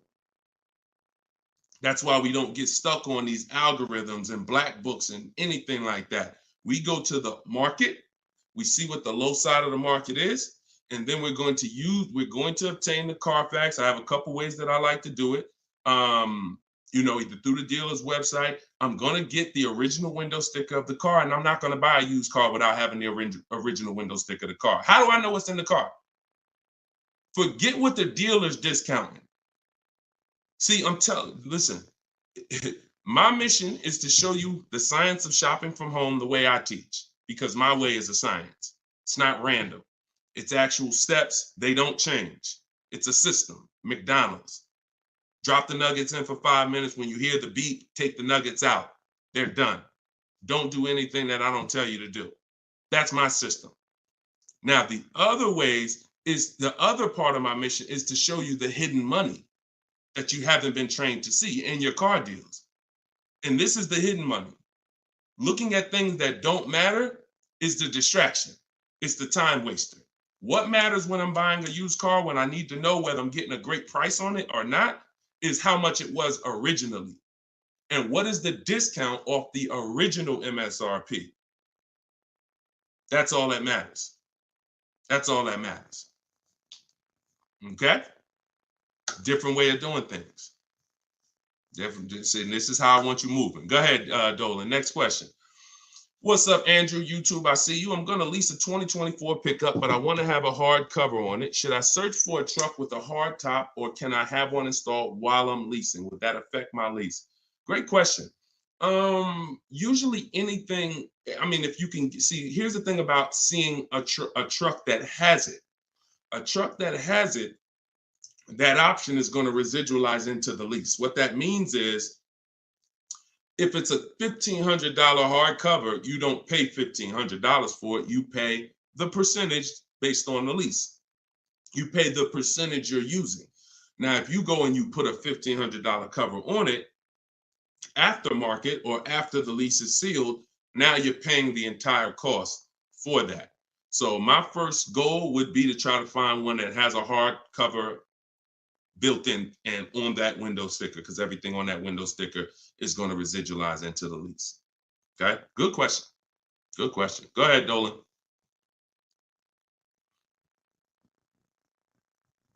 Okay, and we're live, y'all. Just so you know, I know some of you may have seen our broadcast because we rebroadcast these shows all day, but we are live. Today is our Wednesday 12 p.m. show and Eastern time, so you can ask your questions. We'll get through as many of them as we can. All right, Instagram, what's going on? When you negotiate a lease, are you negotiating the price of the car or the lease payment? Okay, so here's the format you're going to use when you are getting your lease offers. Before you start negotiating, you must have the format you're going to use. Oh, I see y'all running the likes up on TikTok. Every time y'all hear something that you like, if you could just tap the screen, that would be great. And then wherever you're at, if you could hit the like button, I see we got 2 likes. That's pretty sad, but it's all good. I'm thankful for the 2 likes on Facebook and YouTube. No, I think that's Facebook. But anyway, a lot of you don't realize how important the like button is, because it sends an alert out. So anyway, we look, now they're running them up on Facebook. I gotta start asking for the likes on Facebook too.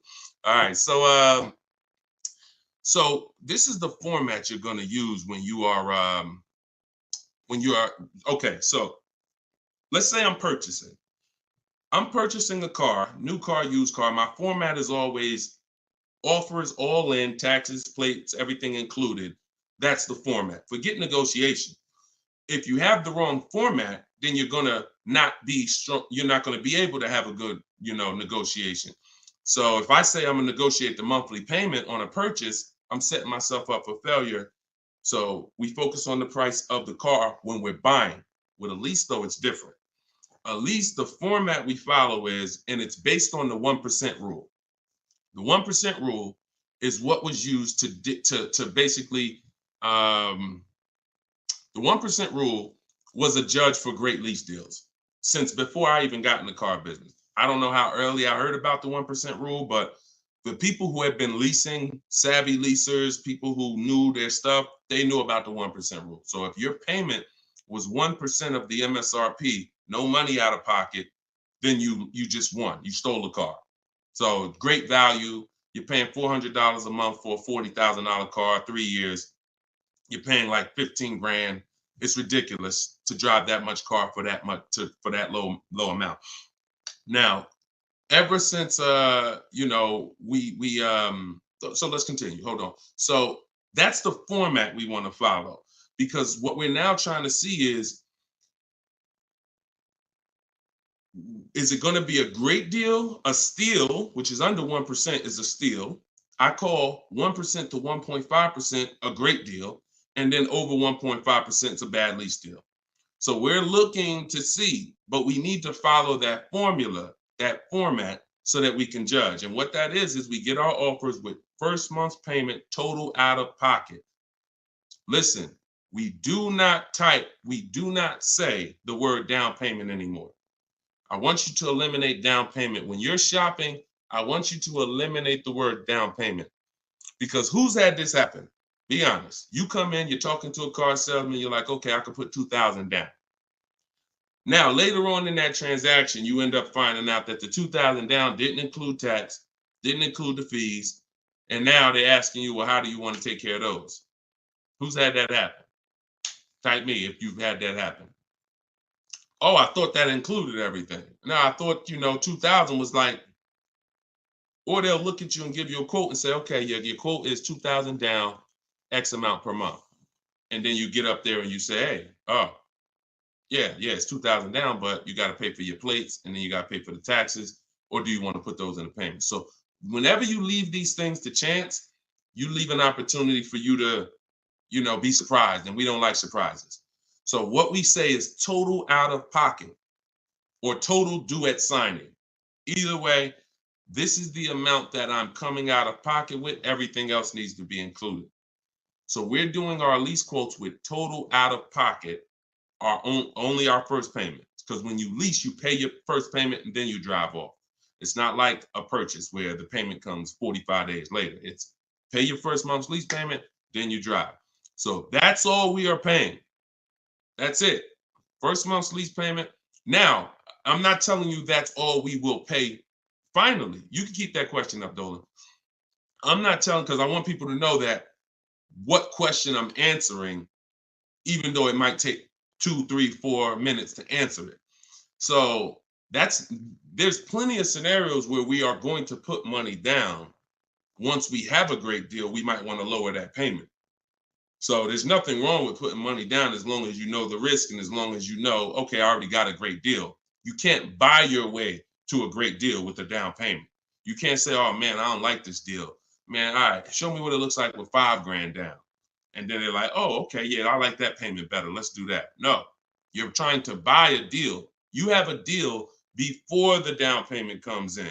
The deal is based on how much of the car, that 1%, 1.5%, 1.2%, under 1%, that's the deal. If you're at 1.7%, just because you gave them $4,000 down and now it's at 1.5, no, that's not how we judge it. You bought your way to that payment. You're paying overall too much for the car. So that's the format we use. First month's payment total out of pocket, 12,000 miles per year, all taxes and fees rolled in, and we get at least 5 quotes. At least 5. You are not going to get to the money without at least 5 quotes. It's not going to happen. It's not going to happen because 80%, I work with thousands of people all around the country. Some of y'all saw my group. We got 1,600 people in my private group. That's, we have a couple thousand people, 4,000, 5,000, 6,000 people that have my book. So I get data from all around the country. I know you need at least 5 offers. 80% of dealers are overpriced. So if you get 4, 80%, if you get 5, 4 of those offers are going to be overpriced in 90% in most cases. And some people go, if they're shopping for a popular vehicle, they may do something like Charles. Charles was shopping for a Palisade. He knows that's a popular truck. He got 10 offers. And when you use what's in my book, for all of you who like Deshone, I want that book. It's $24 if you get there for the 75% off. In there is my scripts, and it's the way we contact dealers online to get offers online. We always get our offers online. We don't talk. I'm not giving you scripts to say, hey, yeah, all right, I gotta remember what Deshone told me to say. No, we are online. They're online scripts and templates, because if we talk, we're messing up. Whenever we're talking to a salesman about numbers, you're not following what I teach, because I'm never gonna be in that position. I'm never gonna tell somebody to be in that position. Everything we do is online, but you must get 5 offers at least. And you see, Charles got the Palisade, $48,000 truck, $597 a month. It's people on here. It's probably people watching this broadcast that's like, I got that same truck, Deshone, and I'm paying like 7, 8, 9. It is what it is. You need new strategy. So go ahead. That's how we format leases. And once you get your offers in that format, Nicole, now you can start to compare the offers, and now you can start to negotiate if you want to make, because we always make counter offers. Whenever someone sends us a quote, we always make counter offers. In fact, I have a calculator that you put the offers in and it tells you what you should counter. But if you're going to do it your way or my way, it doesn't matter. We always make counters and then we settle from there. That's how we negotiate. Right format, then we do our counter offers. That's how we negotiate and get these deals. All right. All of this is in my book. For those of you who haven't gotten there yet, or those of you who just jumped on, it's in my TikTok bio. It's in my Instagram bio. There's a website there. You just click that picture of me. You won't leave the broadcast. Click the link in my bio and click the button that says 75% off the new book, and you'll have your copy in your inbox. You can use all of this stuff forever. And it's a digital book. Some people say, Deshone, is it in print? You don't want to print the book? No, because I can't update it. If I print the book, every single new thing that happens, I gotta remake the book. And now you got Cars from Home Volume 1, Cars from Home Volume 2. Every year I'm putting out a new volume to update it. No, with the digital book, we can update it all day long. So it's really a one-time purchase. So in the Facebook and YouTube comments, you guys can get yours, and you can win. Go ahead, shoot the next one up, Dolan. Okay, Sierra on Facebook. Even if you're getting another lease, will you still owe the remaining payments? Yes. Yes. Look, it's a bunch of lies. I know people have told you that if you now let me preface this, because what she's asking is, see, a dealer that you did business with may make it look like if you come here, we'll get you out. Who has dealers calling them right now telling them, hey, come on in, we'll get you out. We'll take care of the old payments. We'll get you out of your lease early. We'll buy you out of your lease. Or if you got a car and you're not leasing, they're like, hey, we need your car. Hey, come on in. We'll make a deal. We'll keep your payment around the same on the new version, all of this stuff. Okay?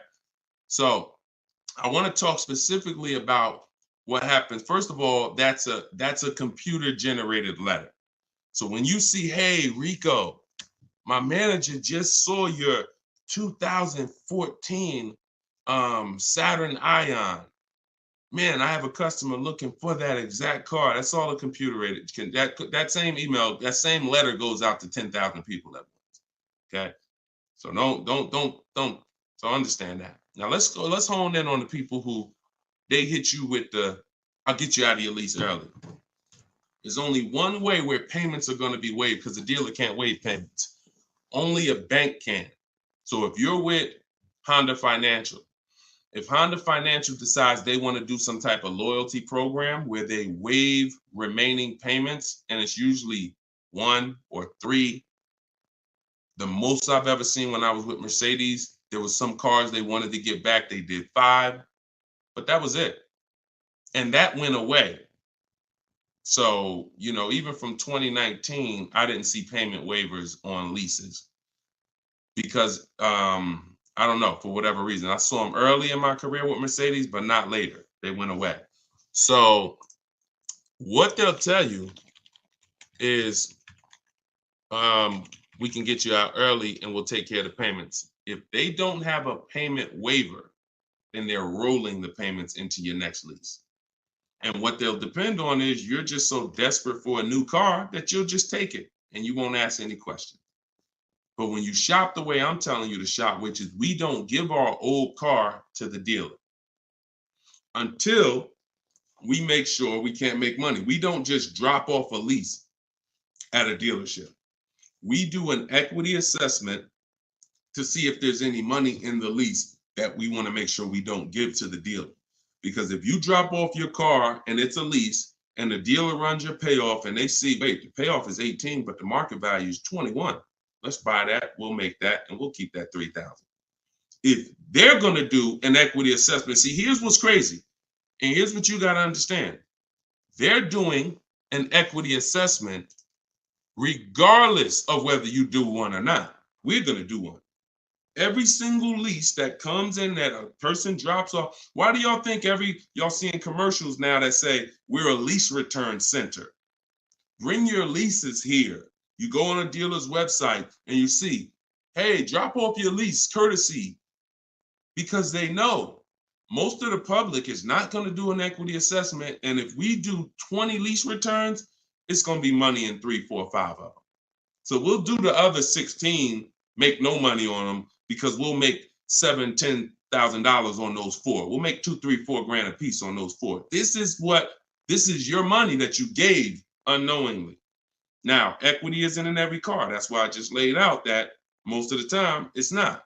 But if you drop off your car without doing the equity assessment, which is getting real offers, CarMax, Driveway, Carvana, Kelly's Blue Book Instant Cash Offer, Car Guru Sell My Car, AutoNation Sell My Car, that's 6 offers. We get 6 offers all the time because everything we do is a bid. So if you don't do that, you're now potentially leaving thousands on the table. So when you do that, you're not going to ever feed into the, oh, let the dealer who wrote me a letter say, bring your car in and we'll get you out of that car and we'll take care of the payments. You're going to know if you have equity or not. Now, if you do not have equity, then all they're doing is saying, how can we finagle this, get them out of this car into a new one? Move those payments over. Yeah, they got $6,000 worth of payments left, $3,000 worth of payments left. We're going to move that over to the new deal and we'll get them in a new car. So instead of leaving out, waiting, being patient, and now if you would have been patient, ended your lease and shopped the way I'm teaching you to shop, you'd have got a $500 a month lease deal, $400. But they'll get you out early because you're paying $650 right now. And they'll say, hey, come on in. They'll move the numbers around and they'll say, look, good news, we kept you at $650 and you get to get in another car. But the reason you're at $650 and not $5 is because you have thousands of dollars from your old lease that has now been built into that new lease. And this is how payment buyers lose. Payment buyers lose all the time like this. Hey, yo, what could you get me to on that car? How much that lease for a month? Oh, how much could you get me to on this car? Yeah, I could put like $3 grand down. Payment buyer, you lose because you don't really see the numbers. So you stick around, you use what I'm teaching you, you'll see the numbers and I can't reveal these things to you. I can only tell you they exist and give you the strategy. You don't believe it until you've seen it for yourself. All this stuff sounds good. If you've never used my stuff, this sounds good. You don't believe it yet. You hope it may work. Anyone who got my book, you're hoping this works. But once you use it, you're a believer. It's a difference. So we got, look, this is Tiffany. Tiffany wrote, she got the book. She sent me this the other day. She said, look at my deal. $44,820. I told you, everybody who has my book, I told you, email me your deals when you get your card. Look, $44,000 sticker. She got a $6,530 discount.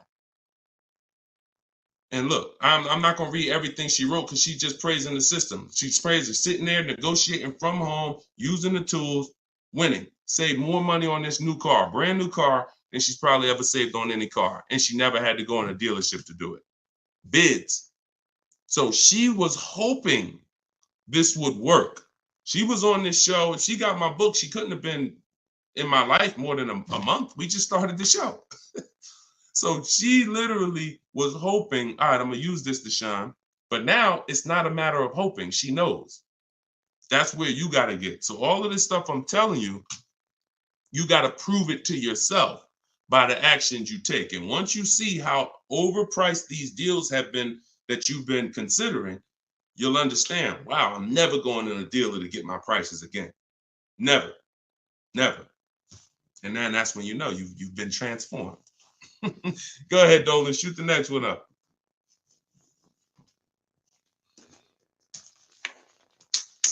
All right, Instagram.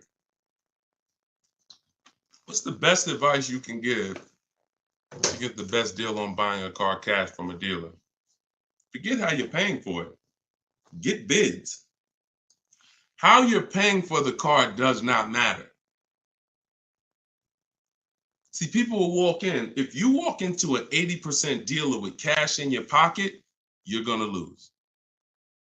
Vicky, it's in my TikTok bio. She said, I want your book. Just click that picture of me. You won't even leave the broadcast. Everybody on Instagram, click the picture of me at the top. You'll see a website there, a little link. Click that. Get your book in literally 60 seconds and you come back to the broadcast. So how you're paying for the car does not matter. So people walk in and say, yeah, look, I'm paying cash. What's the best price you could do on this car? If you're in an 80% dealer, you there's nothing you can do. They can knock off because they're so high, and the discounts they're going to give is so. The only way they're going to give you big discounts is if they start at very high. If they got $5,000 of market adjustments, then yeah, they could say, look, you got me down. Look, I gave you 4,000 off. And I don't give anybody 4,000 off. This is a popular car. They're still using they'll still tell you on, hey, it's not a lot of cars out there. They're still running with that story, because if you believe it, they won. I told you, the name of the game with car sales is not you winning, it's you thinking you won. So they'll throw stuff out and they'll make you think you won, and it's based on what you say. If you come in saying stuff like, man, you know what? I've been to 2 dealers. You're the first person that got this car. Okay, you're going to pay me more for that. I'm just telling you how the wolves think. I've been next to the wolves long enough to know how the wolves think. So everything you're saying is working against you and you don't even know it. Man, I need a car this week. You're going to pay more for that because you can't say no for long. Oh, I need shoot, man, I went to another dealer, man. They gave me this quote. That quote was so high. I was like, nah, I'm not buying from them. Okay. I'll be a little lower than them, but not much lower. So this is why in my system, you don't talk. I'm not teaching. Y'all never have heard me ever say on any of my videos, remember to say this when you're in the dealership. Remember to say this when you're talking to this person. Because that's a losing battle. Everybody that's been trying to teach you that has failed you because you can't win dealing with a trained salesperson that sells cars 5-6 days a week, negotiates 3-4 times, probably 10-15 times a week. So when you talk about what's the best advice for someone paying cash, the best advice is to realize how I'm paying for the car is not important. Who's going to sell me the car for the lowest price is what's important. If I'm buying a used car, who's going to sell me this used car for the lowest price? That's what's important. If I'm buying a brand new car, which dealer out of all the Nissan dealers, I want a Nissan, which Nissan dealer is going to sell me this car for the lowest price? That's what's important. That's what's important. Separate the transaction, separate the acquisition of the car. And then I would tell you the same thing if you were talking about monthly payments. Monthly payments is not important. What's a good monthly payment on this car that I want? Before you think about the loan that you're putting on the car, which is what you're talking about, which is why we separate our transactions. We get bids when we sell our car because we don't trade. We get bids when we're buying our cars. We get bids when we're getting our loans. Separately. See, car dealers have taught you to give them 3 transactions. You're going to buy a car, you're going to trade your car into us, and you're going to give us the loan. That's 3 transactions. There's money in each one of them. So any transaction that there's money in, we're bidding it out. So if you were like, hey, what's a good monthly payment on this car I'm looking for? I would be like, monthly payment is important. The loan isn't important. The dealer who's going to sell you the car for the lowest price, beat all their competition, give you the largest discount. That's what's important. Then you drop the money. Clear? If we clear, if y'all clear, if we're following, if you're getting value out of the show so far, if you're loving the show, type a $ and let me know. All right, Dolan, next question. If you're getting value, everybody following, type $ if you're following. Skinner, what's up, my man? Good to see you. Okay. All right, this is Miss Brooklyn. All right, I see you. Maxine, I see you. TikTok, Glenn Wright, I see you. All right. Hold on one second. Instagram went down for a second. I like to get them down here. All right, I see you, Simply Elegant NJ. Okay, so Miss Brooklyn on TikTok. May I ask, my lease got totaled. Is there any good in that? I have 4 months left on my lease. Not really. The only time it's good when the lease gets totaled is if you rolled a lot of negative equity into that lease to get out of it. So if I went from a finance and I had a bunch of, many of you, once you learn that, if not leasing has cost you money, and big money. I cannot downplay this. Big, huge money, thousands of dollars, probably $4 or $5 grand every single car. Plus, you're not driving the cars you could be driving. So on top of that, just the money you lose is $4 or $5 grand. Then the cars that you're not driving is you can't put a price on that. You're driving an older car versus somebody who's driving brand new cars that are under warranty. So, but many of you, once you find out that you bought into a lot of bad advice about leasing, you're like, and we've had those questions come on the stream very regularly. Deshone, should I wait? I know I need to lease now. I need to be leasing, but should I wait or should I just transition now? It's always transition now. There's no benefit of waiting. Once you know you're not keeping your car 8 years, you're not going to outlive the depreciation. I need to be moving into a lease now, into a better financial structure, better vehicle. So if you move, some of you, when that happens, you're going to have 3, 4, 7 grand of negative equity that you're moving over because you're a short-term person. That's the only benefit if the lease is total, because all that negative equity gets wiped out and you get to start fresh. Now, if you put money down on a lease, these are the risks of putting money down on leases, and you need to know them. If your car is totaled or stolen and not recovered, you don't get the money back. So it's very important to assess the risk. I talk about this in my book. I talk about everything in my book. There's nothing that I'm talking about on this show that's not in my step-by-step book. So in fact, everything I'm teaching you is out of my book. So when you look and say, all right, should I put money down? Then you assess your risk. How many vehicles have you had stolen in your life? If the answer is 0, then chances are you won't have a vehicle stolen.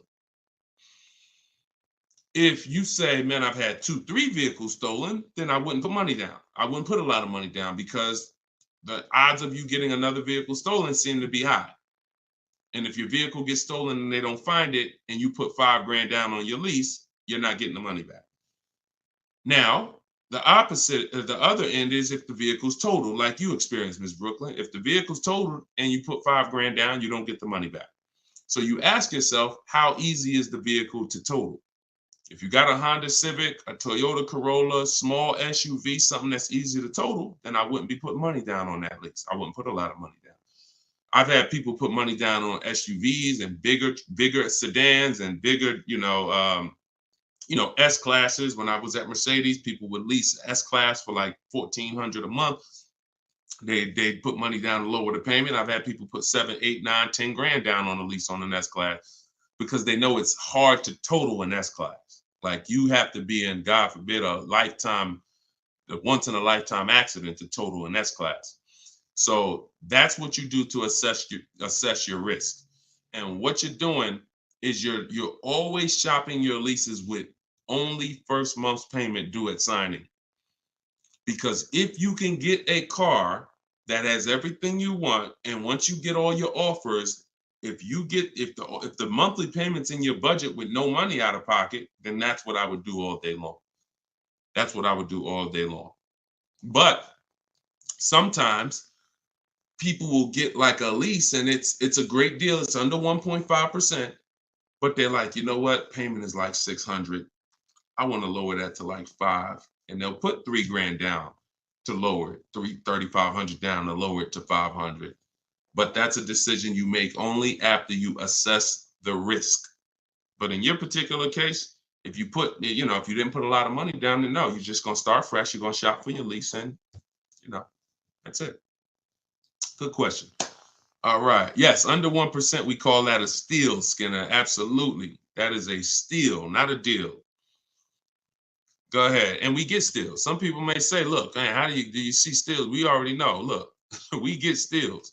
When you get bids, you'll see some steals depending on the lease program. Farina just got her Jeep Grand Cherokee, $66,000 Jeep Grand Cherokee, $579 a month.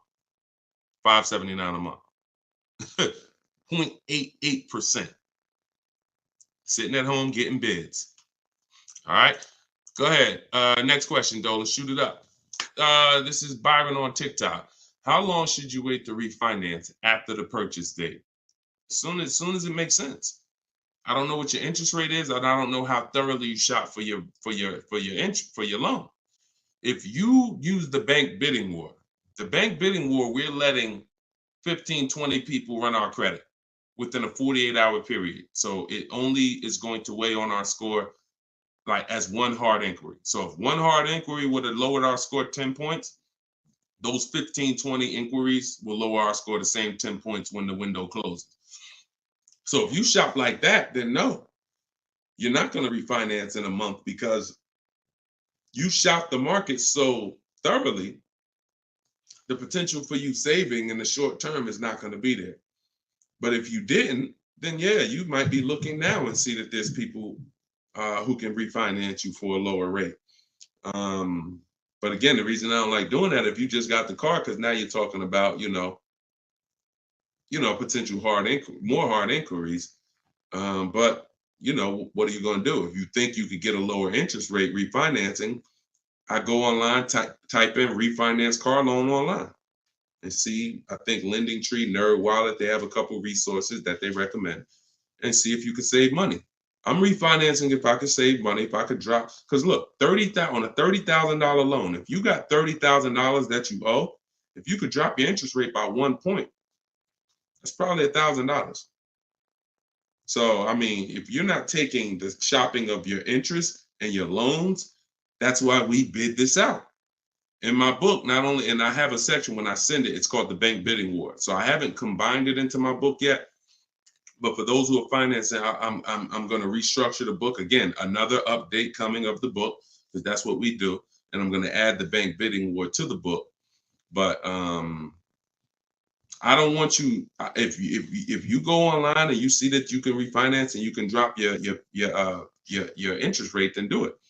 But I always tell people, don't just take a long loan, because what they'll try to do is tell you and what you can fall for. Because if you just get hung up on the monthly payment, they'll tell you, well, if you take a 5-year or 6-year loan, refinance it to 6 years, your payment goes from $490 a month to $350, and you're like, okay, give me that.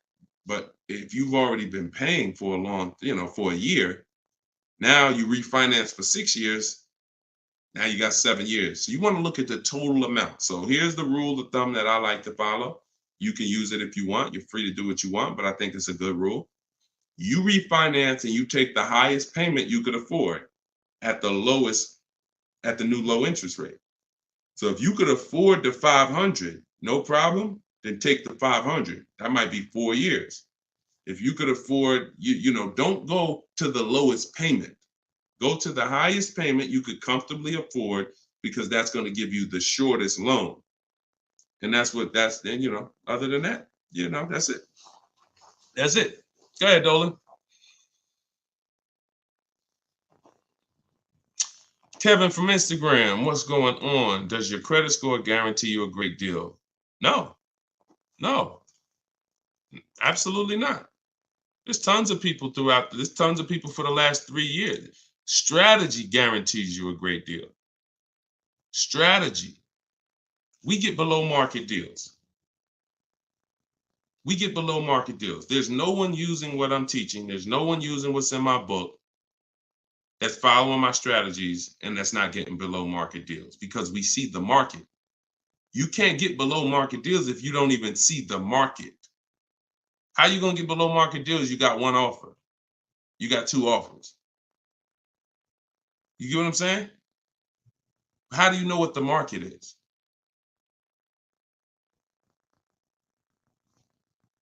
In order to get below market deals, you must have a strategy that allows you to see the market. See the market offers. See the widespread. Look at used cars and say, man, this is everything within 100 miles of me. Narrowed down, blah, blah, blah. I see the market. So, and there's people with not great credit that are going to use the strategies to buy at a below market price. So strategy is what gets you below market deals. You can have great credit all you want. You have no strategy, you will pay market value or higher. Because below market deals are reserved for the people who have the strategies to get them. Nothing to do with credit. Nothing to do with credit. I tell you, if you have bad credit, your goal should be the only people I'm overpaying, and I'm not overpaying because it's all I qualify for is my loan. My bad credit is not between me and the dealer I'm buying my car from. My bad credit is between me and the person who's lending me the money to buy the car. If below market price on this car is $18,000, if I don't have any strategy, then I'm going to go in and I'm going to buy it from them with bad credit and end up paying 21 plus the high interest rate, bank fees. And not only did I overpay for the car, but now I'm paying 15, 20% interest.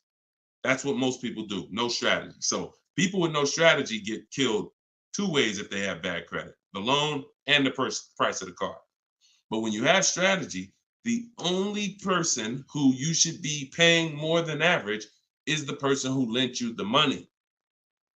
But they should be looking at you and saying, you got a great price on the car. Goes back to what I said about 15 minutes ago on separating our transactions. We separate our car purchase from our loan. The dealer who's going to sell us the car has nothing to do with the person who's giving us the loan. These are two separate bids. So my loan, because my credit's bad, is going to be a higher interest rate. Understandable. But I'm going to use the bidding system, get multiple offers, and I'm going to get a great price on the car. Separate. All right. It's a good question. It's a good question. And I'm sure a lot of people had that same question, Kevin. Go ahead, Dolan. All right. Appreciate y'all running the likes up on TikTok. If y'all can keep tapping the screen. Thank you, Ambitious73, for sharing the broadcast. Shout out to the sharers. On Instagram, y'all see next to the comment section, there's something that looks like a little paper plane.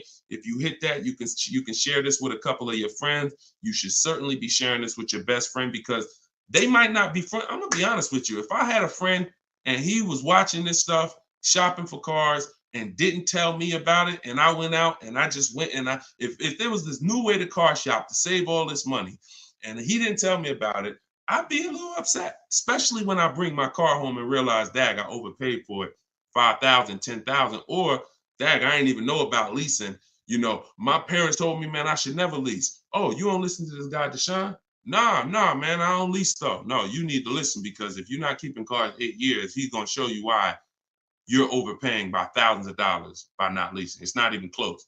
Oh, for real? All right, I'll watch him.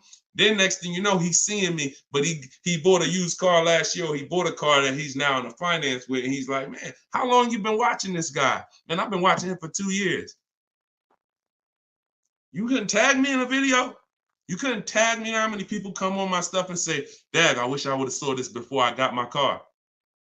We're trying to prevent that. I don't want your friendships destroyed. Not only am I trying to save households financially, I'm trying to save friendships. All right, go ahead, Dolan. All right, we got the next one up. Jason, should you use MSRP minus dealer incentives to calculate the 1% rule or the MSRP without the incentive? Nope. MSRP. I showed y'all this the other day. I'm going to show y'all this again. Well, I showed people on the broadcast the other day, right here. Just let me remove that question so everybody can see it. Just take that question down real quick, Dolan, so everybody can see this window sticker for me. All right. See right here? Total MSRP. That's what you use. That's what you use.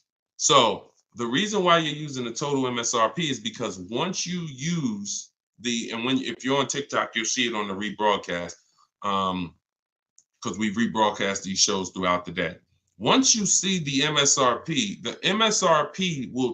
the percentage is what's going to change. based on the offer the dealer made you. We do not change the, we don't calculate our formula based on the selling price, because the selling price, when it's adjusted, it's going to change the percentage overall. The selling price is what's going to dictate whether it's 1%, 1.4%, 1. So the selling price, once you take the monthly payment and divide it into the total MSRP, it's going to tell you, okay, who gave me the biggest discount? The lower the percentage, that's the dealer that gave the biggest discount. It's reflected in the percentage. So we don't have to adjust the MSRP. The selling price, if they took $15,000, look, they took a crazy amount of money off for Greg, $56,000 MSRP. He got a 0.9% lease. Matter of fact, let's look at Kimberly. Kimberly, she got a Maserati. She got a $91,000 vehicle. She ended up getting over 20 grand off. Over 20 grand off, getting bids, saving more money at home than everybody saving in dealers. Can't get these types of deals in dealers. So $86,000, then she got a $66,000 offer. So they were taking $20,000 off.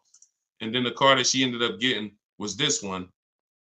And look, when you see 1%, when you see a low, that means all that discount that they took off is reflected in the percentage, because the percentage is what you are paying relative to the MSRP. So no, always use the total MSRP like I just laid out. Okay, that's the formula. All right, go ahead, Dolan. Great questions today. We're getting great questions every day. I'm enjoying it. I'm enjoying it. TikTok, do you have to repurchase to get the book updates? No, you don't, Youssef. That's why it's a digital book. Example, Room went out of business a little while ago. Room used to be in our bids. When we sold our cars, the equity assessment, Room was in there. When we bought a used car, Room was in there. So they were in our bids for the marketplaces and for our selling our cars. They went out of business. I went right into the master file, updated it. That's why when you get your book, an email is sent to you with the master file. You don't want to ever lose that email. Even when you download the book to your computer or your phone, don't delete the email, because the email is what I update that will actually be what you refer to. So when you come back a year from now and you use it, you'll see, oh, shoot, this is different.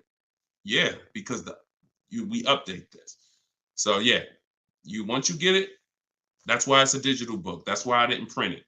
And if I would have printed it, I could have, made more money probably, because I could have just said, hey, all right, y'all, a year from now I'm on here. Okay, so we had a lot of changes last year. This coming with our business, and now this new tool exists, and now this. So now this is Cars from Home Volume 2, and you can get it right now, but that's not the mission. So, but there is probably going to come a point where I'm not doing the 75% off anymore. I know that's our welcome offer.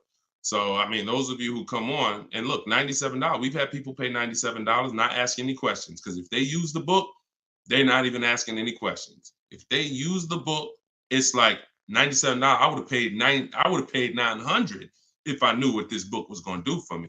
So they're not hung up over $70-something difference. But I will at some point probably do away with the 75% off offer once we really launch and get enough books out there in the marketplace. So, but for now, you can get yours for 75% off in my TikTok bio and my Instagram bio. It's my new digital book, Cars from Home, 7 Steps to Saving Time, Money, and Avoiding Dealers. Here we are on Goodreads. Thank you to everybody who's reviewed the book. And if you haven't reviewed the book and you used it, please go to Goodreads and add to our 5-star reviews. I appreciate you. And then we have a comment in YouTube and Facebook in the comment section where you guys can get yours, or go to deshonsbook.com. Get your 75% off before the timer expires. You got 30 minutes. All right, go ahead, Dolan. Valerie on Facebook. In leasing cars, can I do personal modifications? Great question. I'm an amputee. I have to drive with my left foot, so I need a left gas foot accelerator installed in order for me to drive. Can I do that modification on a lease car? That's a great question. Anything that can be restored back to factory, then you can do it. Like if you are going to, now you tents, they don't require you take off tents because some people like, that's a serious question. Can I tent my car on a lease? Sure. They don't usually sweat tents. But things that really like are changing the makeup of the car like this, it depends on if this is removable or not. If it's removable, then of course. If it's not, and it's a permanent adjustment, then I would say no, because they're going to bill you for that.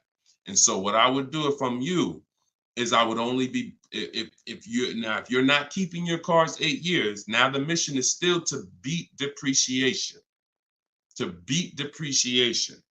So you don't want to buy a car, especially you, because you're making a custom update that will lower the value of the car. So whatever car you buy, Valerie, let's say your car's value would have been like this, going down over a 3 or 4 or 5 year period.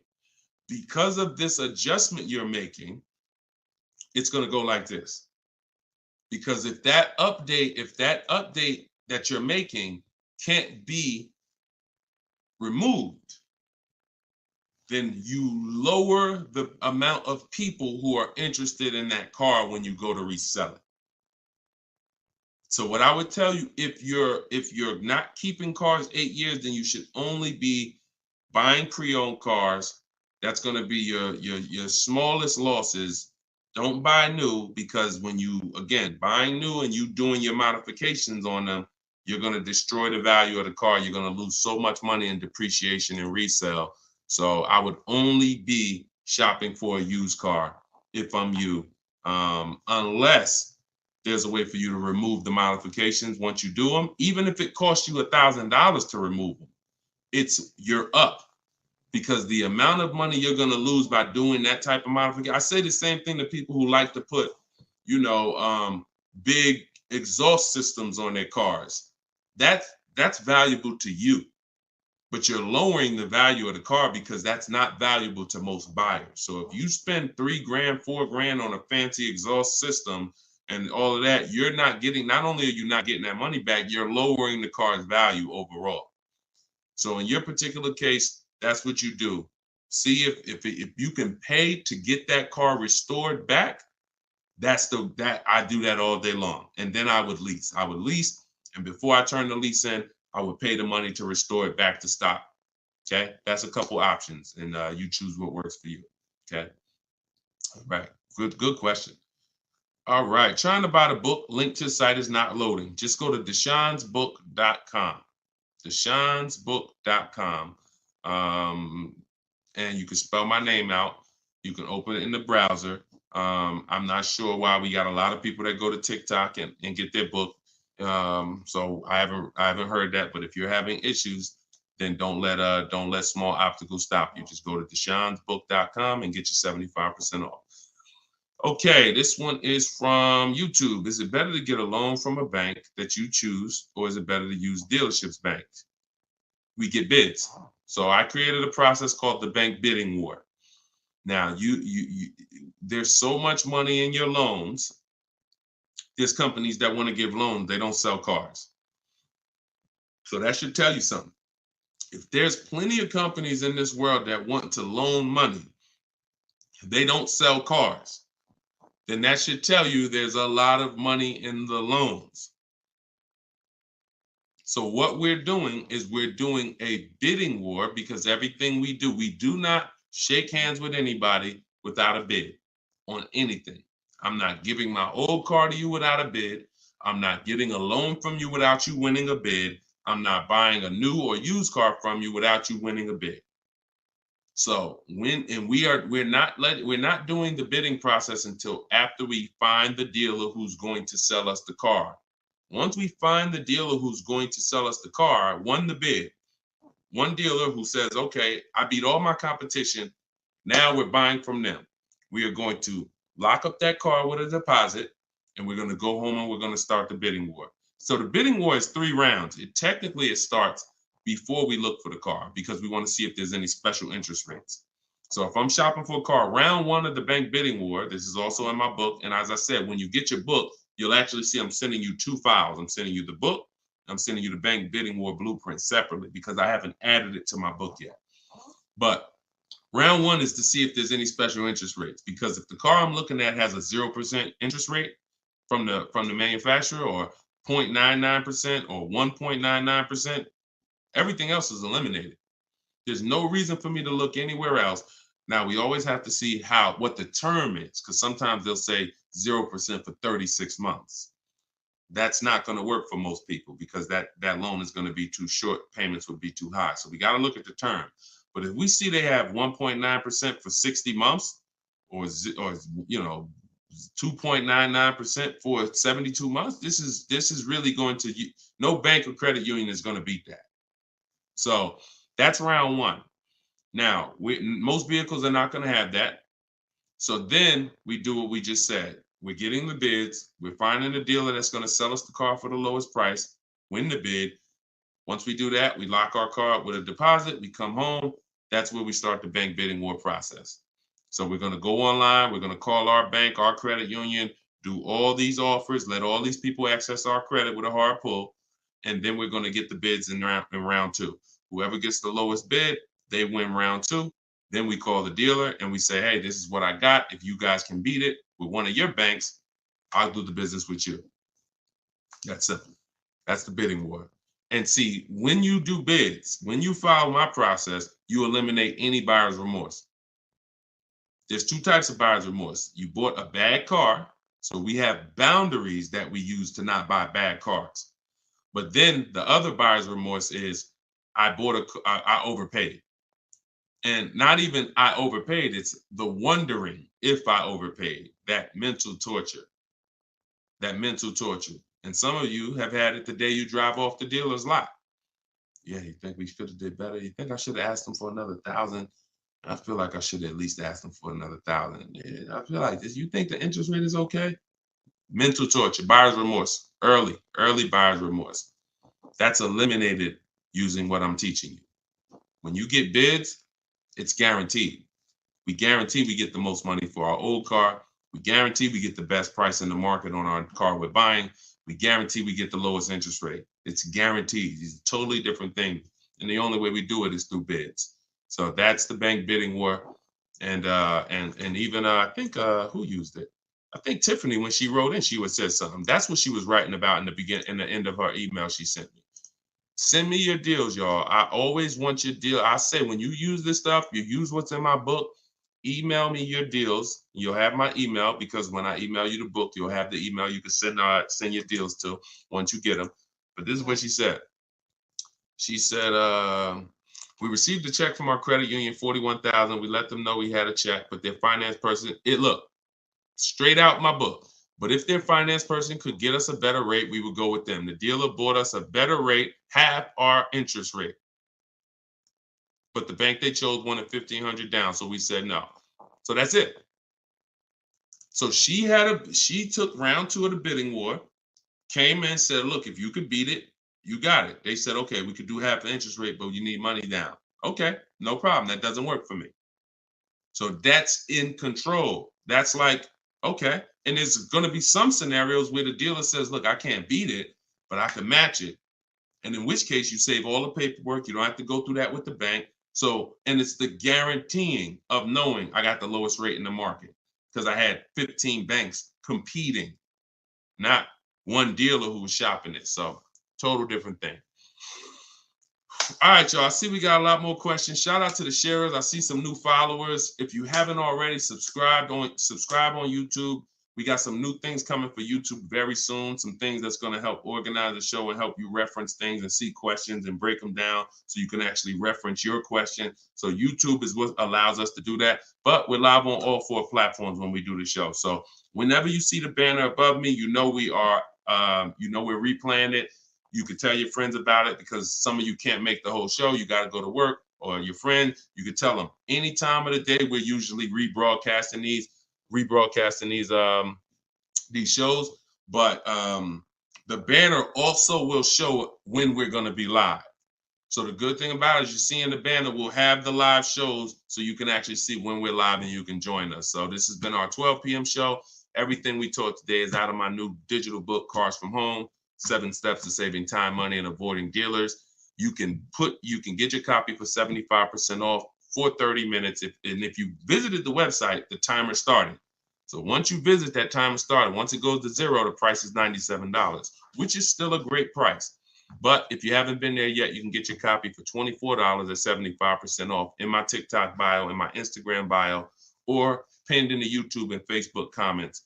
And we'll put the banner back on here for those of you who are watching us on TV. You can just scan this with your mobile camera and you can get your 75% off. But great job. Listen, great questions today. Make sure you are sending me your success stories so I can bring them onto the show, just like Tiffany. If you haven't already, go to goodreads.com and you can post. We just got another review on goodreads.com. So add to our 5-star reviews. Tell us your story so that we can keep getting this message out and the people who want to learn strategy can keep getting it. All right. Always a pleasure. God bless y'all. I'll see y'all on the next stream.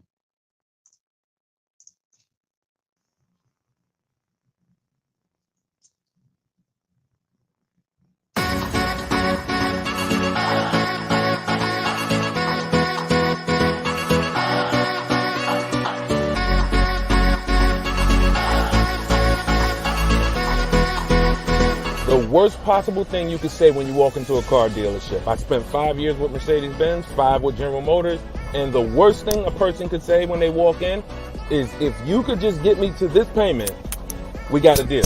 So your loan's probably still like 19, which means you got to pay to get out. You're upside down. It's called negative equity.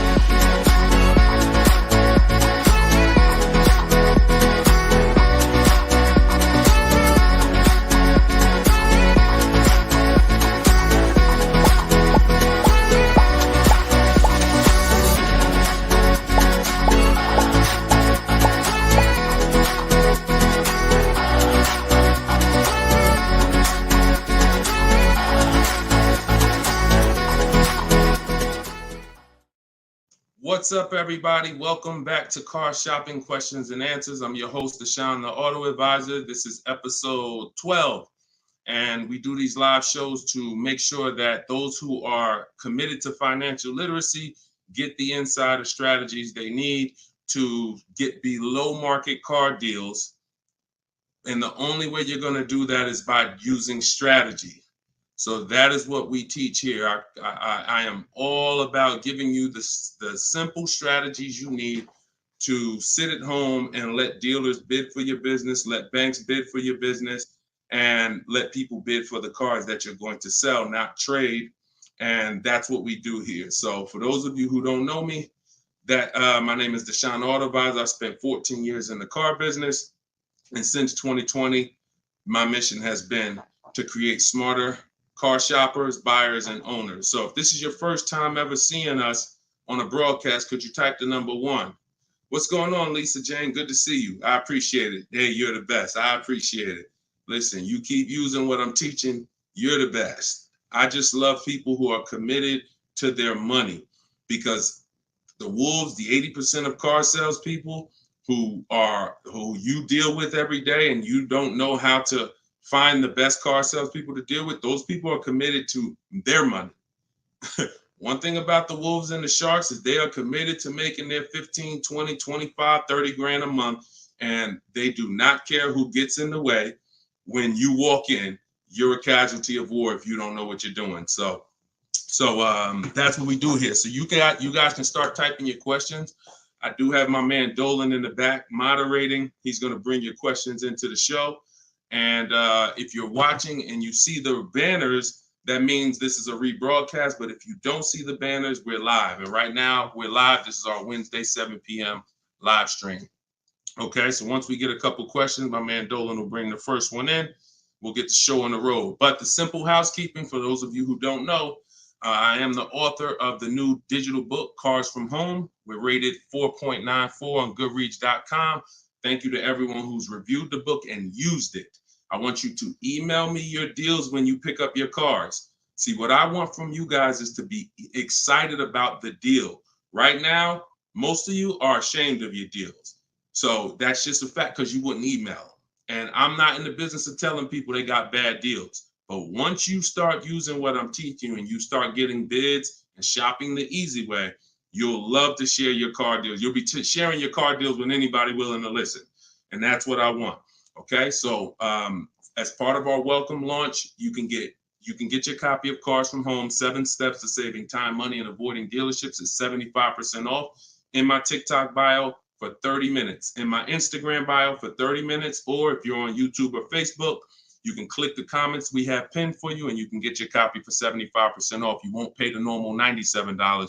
You'll get it for $24. So Dolan, if you could, matter of fact, I'll throw the banner up. Dolan, you could throw the first question up and let's get the show on the road.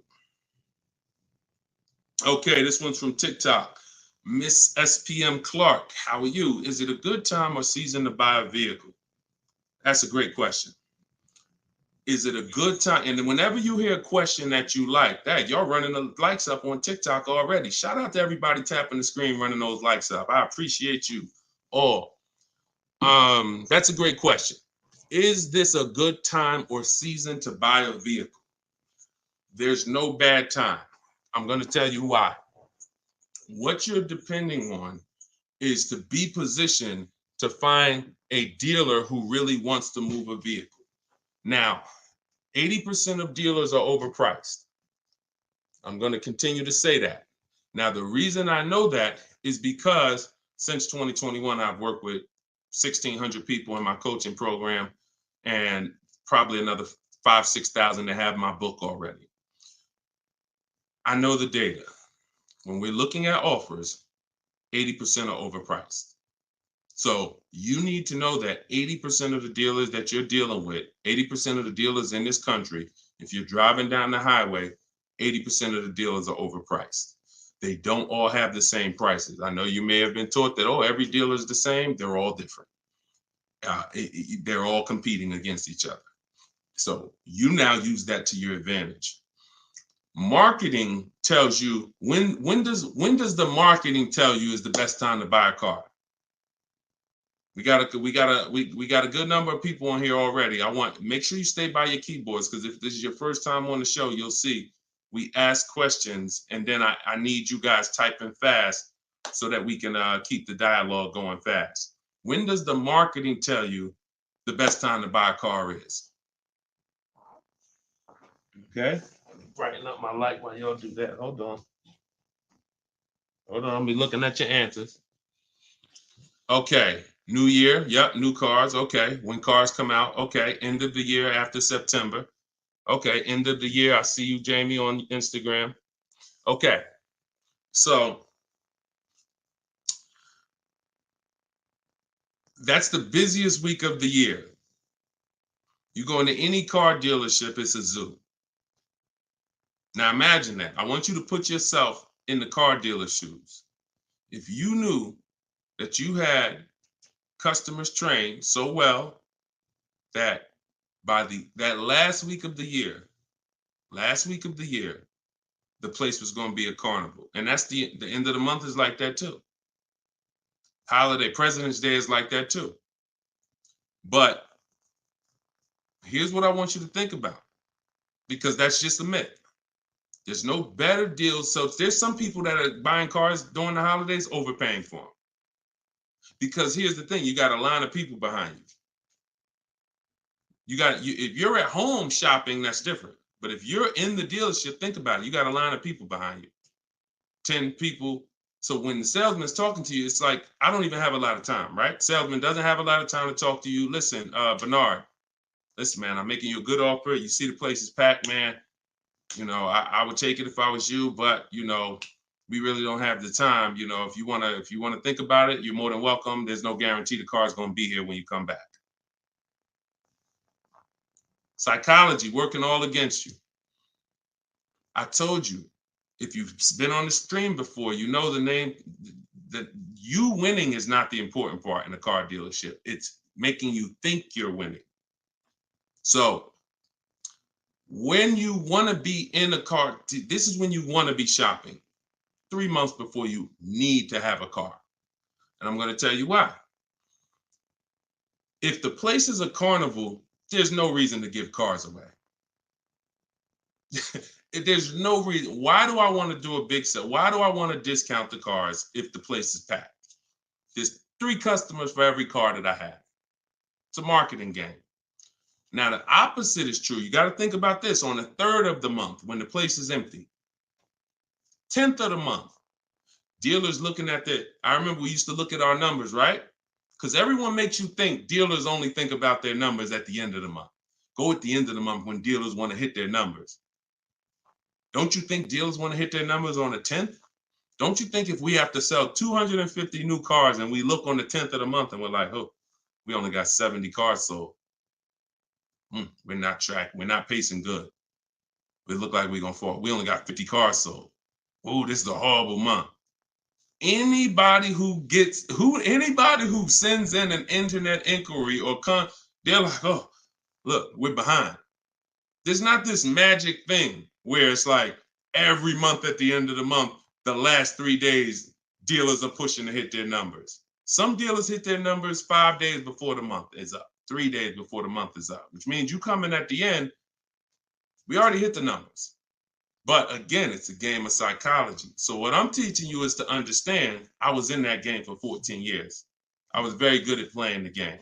Now, I'm not going to lie. I wasn't a person who lied. Anybody who knows me from New Jersey knows anytime, the way you guys see Deshone, there's a couple people who, since, we've gotten over 2 million followers now across all these platforms. So God has blessed me. But there are people who know me. They dealt with me. And when they see my videos, what they say is, the same way he is in the videos is the same way he was in the dealership. Nothing changed. Some people are like, oh, I'm online now, I'm teaching. And then it's like, they got a bunch of people out there that's like, no, that's not, he changed when he went online. The same way I was in a dealership teaching people about numbers, about leasing, don't buy your lease, all of this stuff that I'm teaching in the stream is the same way. So the game of psychology is what you have to stop falling for. Stop looking at marketing, and now you have to look at what does make sense. That's being in the market 3 months before you need a car. I'm gonna tell you why.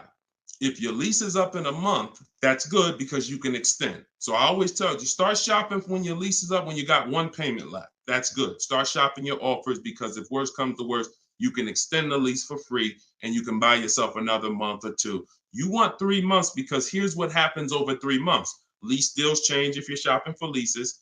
Offers and incentives change if you're shopping for cars that you're buying. If you're shopping for a new car you're buying, you can look so here's an example. Let's say I'm looking for a dark blue, Kia Sorento, right? For example, if I reach out to them, something I teach in my process is we have 2 dates. 2 dates. Those of you who have my book know this. Some of you have seen it in my free social media videos. 2 dates. As soon as date, no later than date. As soon as date is the soonest you can say yes to an offer. That's the soonest you should be looking at offers. You shouldn't be looking at offers if you can't say yes to it yet. Wasting time. Then the second date is the no later than date. That's our deadline. So the time between there, I like to see 3 months because when you reach out to a dealer, one of the things in my template in my book, one of the things you should say if you're talking to a dealer is, I can make a deal today, but I don't need a car until December, whatever. Whenever that is, in the summer, whatever. Because the time in between that is your leverage. That's the time where you could say no. That's the time where everyone else who's going in the dealership, the way everyone else shops, they're going in desperate. Oh, I need a car today. I need a car by Friday. All of the stuff they're saying out their mouth that's going to make sure they pay more because car sales people hear that stuff. And so you're not saying that. You're saying, hey, if you got a blue one and it's not going to be here for 8 weeks, I'm interested in that. See, they can't present that to these other customers that are there desperate mode right now.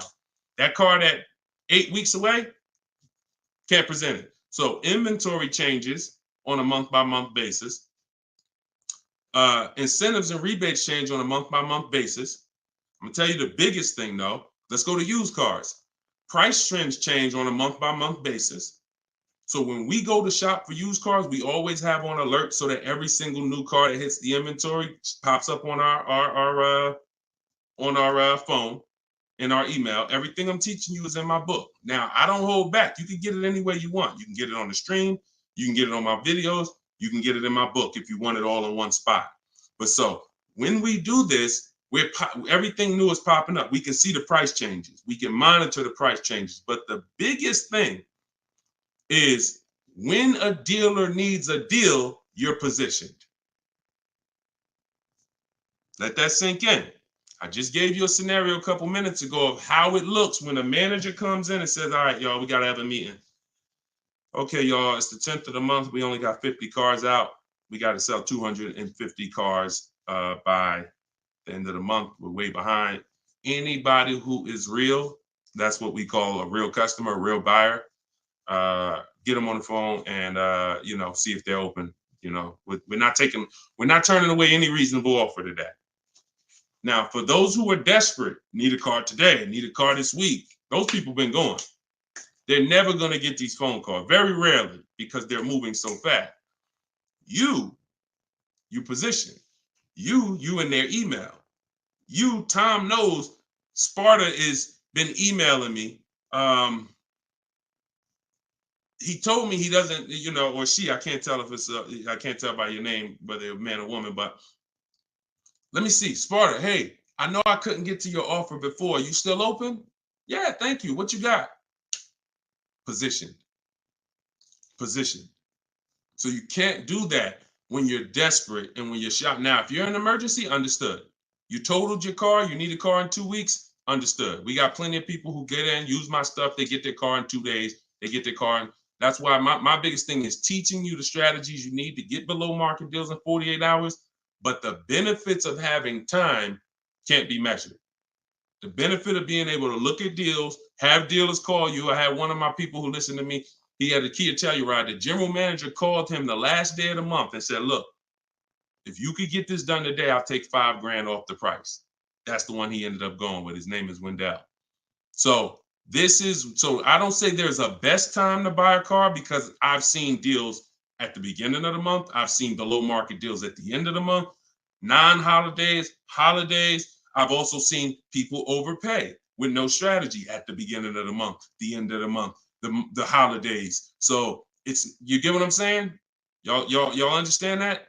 It's all about being positioned. And if you can be positioned, you'll find that you'll love getting those calls and those emails. Like, man, all of those people, when I reached out to them, they act like they didn't want to do a deal or they couldn't get to my number.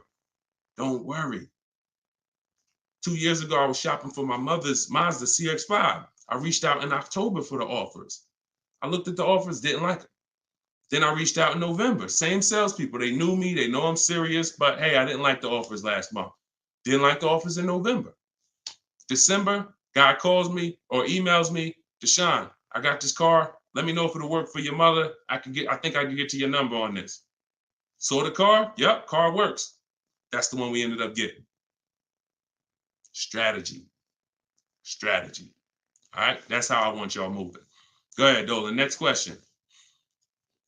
This one's Lisa Jane from TikTok. How are you? And we are live, y'all. This is our Wednesday, 7 p.m. live stream. So if you don't see the banner, that means we're live. If you see the banner, that means you're watching the replay. People watch the replays all throughout the week, so people get value out of replays. But if you are not seeing the banner, that means we're live. So ask your questions. Time to turn in my lease. I'm already over the sales guys, not sure how to start. First thing you're going to do, sounds like you've decided you're going to lease again. So that would be the most important question. That's always the first question because that's the foundation of your deal. Leasing versus purchasing. I always say, if you've been on a show before, you can't get a great deal if you purchase, but you should have leased. Impossible. So once you decide that, now we're going to do an equity assessment. So we are no longer, Lisa, going to turn in who's dropped off a lease to a dealer at any time in their life. Type 1. You had a lease, you've just dropped it off or returned it to the dealer. And what you're going to see now is you're getting a lot of dealers that say, we're a lease return center. Bring your lease in. We'll ground your lease for you. Even sometimes it's not even their brand. They sell Hondas and they'll say, hey, bring any lease and we'll return it. The reason they're doing that is because they're going to do an equity assessment. So the reason why right after you decide whether you're leasing or buying, that's my process is 7 steps. That's why my book is called Cars from Home, 7 Steps to Saving Time, Money, and Avoiding Dealerships. Step 7 is delivery. That's the end.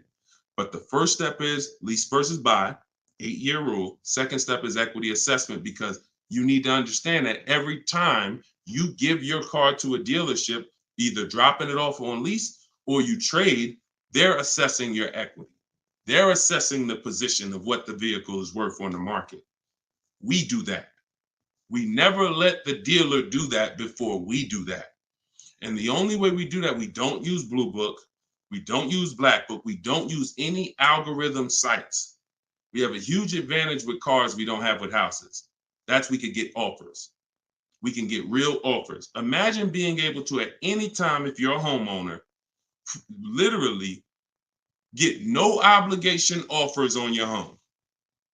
You could just put your home, you could just go to buyers and say, here's this kind of house I got, and you could get multiple offers. Hey, I'll pay this for it, I'll pay this for it, I'll pay this for it. That'd be amazing, but you can't.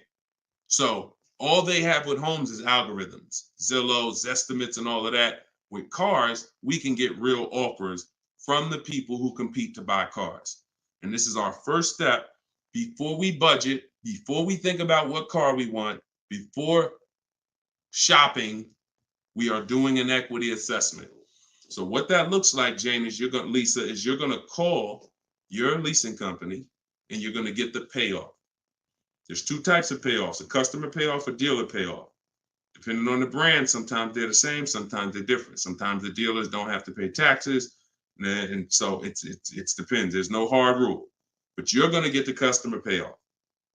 Customer payoff, then you're going to ask them if you, that step is the same for everyone, whether you own a car, you lease a car, doesn't matter. Only people who don't have to do that is if you have a paid off car. You skip that step and you go right to the next step. But if you have a lease, you're going to ask an additional question. Do I have a third-party restriction? If you don't have a third-party restriction, you can sell to the highest online bidder. The bidders that we're going to get, if you own your car outright, you can sell to the highest online bidder. You have a lease with no third-party restriction, you can sell to the highest online bidder. If you have a finance car with a bank loan on it, you can sell to the highest online bidder. The only people who can't sell to the highest online bidder are leases with third-party restrictions. So you're still going to go and get the offers from the online bidders because you want to know a roundabout of what the car is worth. So we're going to go to CarMax. We're going to go to Drive. We get 6 offers. This is the equity assessment laid out in my book, step 2. When you do this, you're getting CarMax offers, Driveway offers, Carvana offer, Kelly's Blue Book Instant Cash offer, AutoNation Sell My Car, and Car Guru Sell My Car. When you get to the point where if you lease, just pay attention. See, there's a lot of details. This is why I say when y'all are trying to look through all my social media videos, you don't realize what things are applicable to you and which are not. So I'm talking to 4 different types of people right now. People who, all of you should be doing an equity assessment. People who have a car that's owned outright. People that has a car with a loan on it. People that has a lease, no third-party restriction. People who have a lease with a third-party restriction. So you have to take the nuances and say, all right, that part was for people with third-party restriction. This part is not. I don't have a third-party. So when you call and you get a third-party restriction, you need to take a different route to sell. But everyone's going to get those 6 offers. Everyone. Shout out to y'all tapping the screen, running the likes up. And shout out to the sharers. Thank you to everybody that shares the broadcast. It means a lot. Tag your closest friend. So now you get those 6 offers. If you have a lease, whenever you're on those websites, it's going to ask you, is the car owned, financed, or leased? You want to put owned. Do not put lease because it triggers something in their website where it thinks every lease has a third-party restriction and they may not give you an offer. So don't do that. Now, once you get those offers, you can sell to the highest bidder. Now, if you have a third-party restriction, we're going to take those offers. We're going to kind of see where those offers are, kind of get an estimate, and now we're going to go and sell that car to a used car, to a brand. Let me explain it like this. If you have a BMW, you can only sell to a BMW dealer. When you have a third-party restriction, you can only sell to a BMW dealer. Now, hundreds of thousands of people around the country, they found out they had a third-party restriction. They bought their cars and resold them. The reason I don't like doing that is because you pay taxes, you pay fees, and that comes out of your profit. So if you were going to make $5,000, you buy your car. By the time you pay the taxes and fees, you wait for the title, you probably won't make anything. But when we sell direct to a dealer by getting bids from multiple BMW dealers, If I have a third-party restriction of Nissan, I'm getting multiple bids from Nissan dealers. And once I get my offers from those dealers, now I'm going to sell to the highest one because dealers don't pay those same fees. Dealers will I don't have to pay the taxes and fees. That doesn't come out of my profit. So we've had people who sell direct to the highest bidder online, depending on their situation. And we have people who, with third-party restrictions, sell to the highest bidder among a local dealership. But we must get bids. Doesn't change. We get bids no matter what. So some people say, Deshone, I use what you teach. I went on those websites. They said they don't buy leases. You didn't do what I told you to do. You put that it was a lease in there, and then no, you don't. No, you have a third-party restriction. We sell to a dealer of the same brand. We get bids from multiple dealers. That's what I'm saying. So it's laid out in my book. If you want the roadmap, if you don't want to try to remember this, TikTok bio, Instagram bio, comment section on YouTube or Facebook, or you can scan the QR code, get your book for 75% off. You won't pay the normal. Hold on one second. Let me turn this off. You won't pay the normal $97. Okay? So that's the equity assessment. When you said, Lisa Jane, I'm not sure how to start, that's the process. Because we never return a lease that has equity. We don't return a lease until we find out that there's no equity. If there's no equity, then we'll drop off the lease and we'll shop for our replacement vehicle. All right, good question. Go ahead, Dolan. Good evening. How do I narrow down the luxury brand of car desired after filling out the shopping sheet? I'm looking at cars. Once you fill out the sheet and you're looking at, you're talking about you're in the step 4 shopping. Val, you're trying to decide what you want. Hold on. Let me be clear. If you're in the phase where you're trying to decide what we want, we see in step 4 we have a whole process, a whole step that's called shopping, not buying. See, you need to clearly separate those two things. See, what happens when you mix shopping and buying, you go in to look at cars. If you're looking for a new car or a lease, you go in, you're test driving cars, and then you sit down, you start talking numbers. You mix the two. Shopping is deciding what you want. That's going in test driving. That's taking the kids, making sure they have enough leg room. That's doing everything to make sure. Test driving, 15, 20-minute, nice test drive. All right, comparing the features, going to drive the Honda. Then I'm gonna drive the Kia. Then I'm gonna go drive everything I'm interested in. I'm not talking numbers with anybody. That is shopping. Once you have decided what you want, now we're coming home and all the purchasing is done from here. All the bidding is done right from where you're right. Like, this is where I get my cars at, right here. I sit right in front of my computer, and in 60 minutes of work, I'm going to have bids coming in 48 hours. I'll know what the below market values are. So if you're just talking about the shopping phase, I'm on YouTube. If I'm looking for like a 3-row SUV, I'm typing in 3-row SUV. And then I'm looking at the competitors, because we're not giving enough. Look, car manufacturers do a horrible job of marketing. Horrible. There's 40-something companies that make cars that spend millions of dollars to try to get you to come see them at least. And so that's the reason why you notice when you have a car, they're reaching out to you before the car's paid off, before the lease is up, because they know once you get to the end, you're more likely to shop. That's why they try to keep you, we were reaching out to people with Mercedes 6 months before their lease was up. 9 months. Hey, Mr. Jones, if I could get you out early, would you consider it now?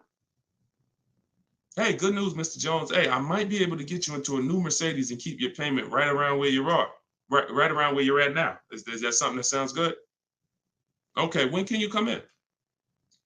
All right, not till this weekend, but you're going to have to lower the payment.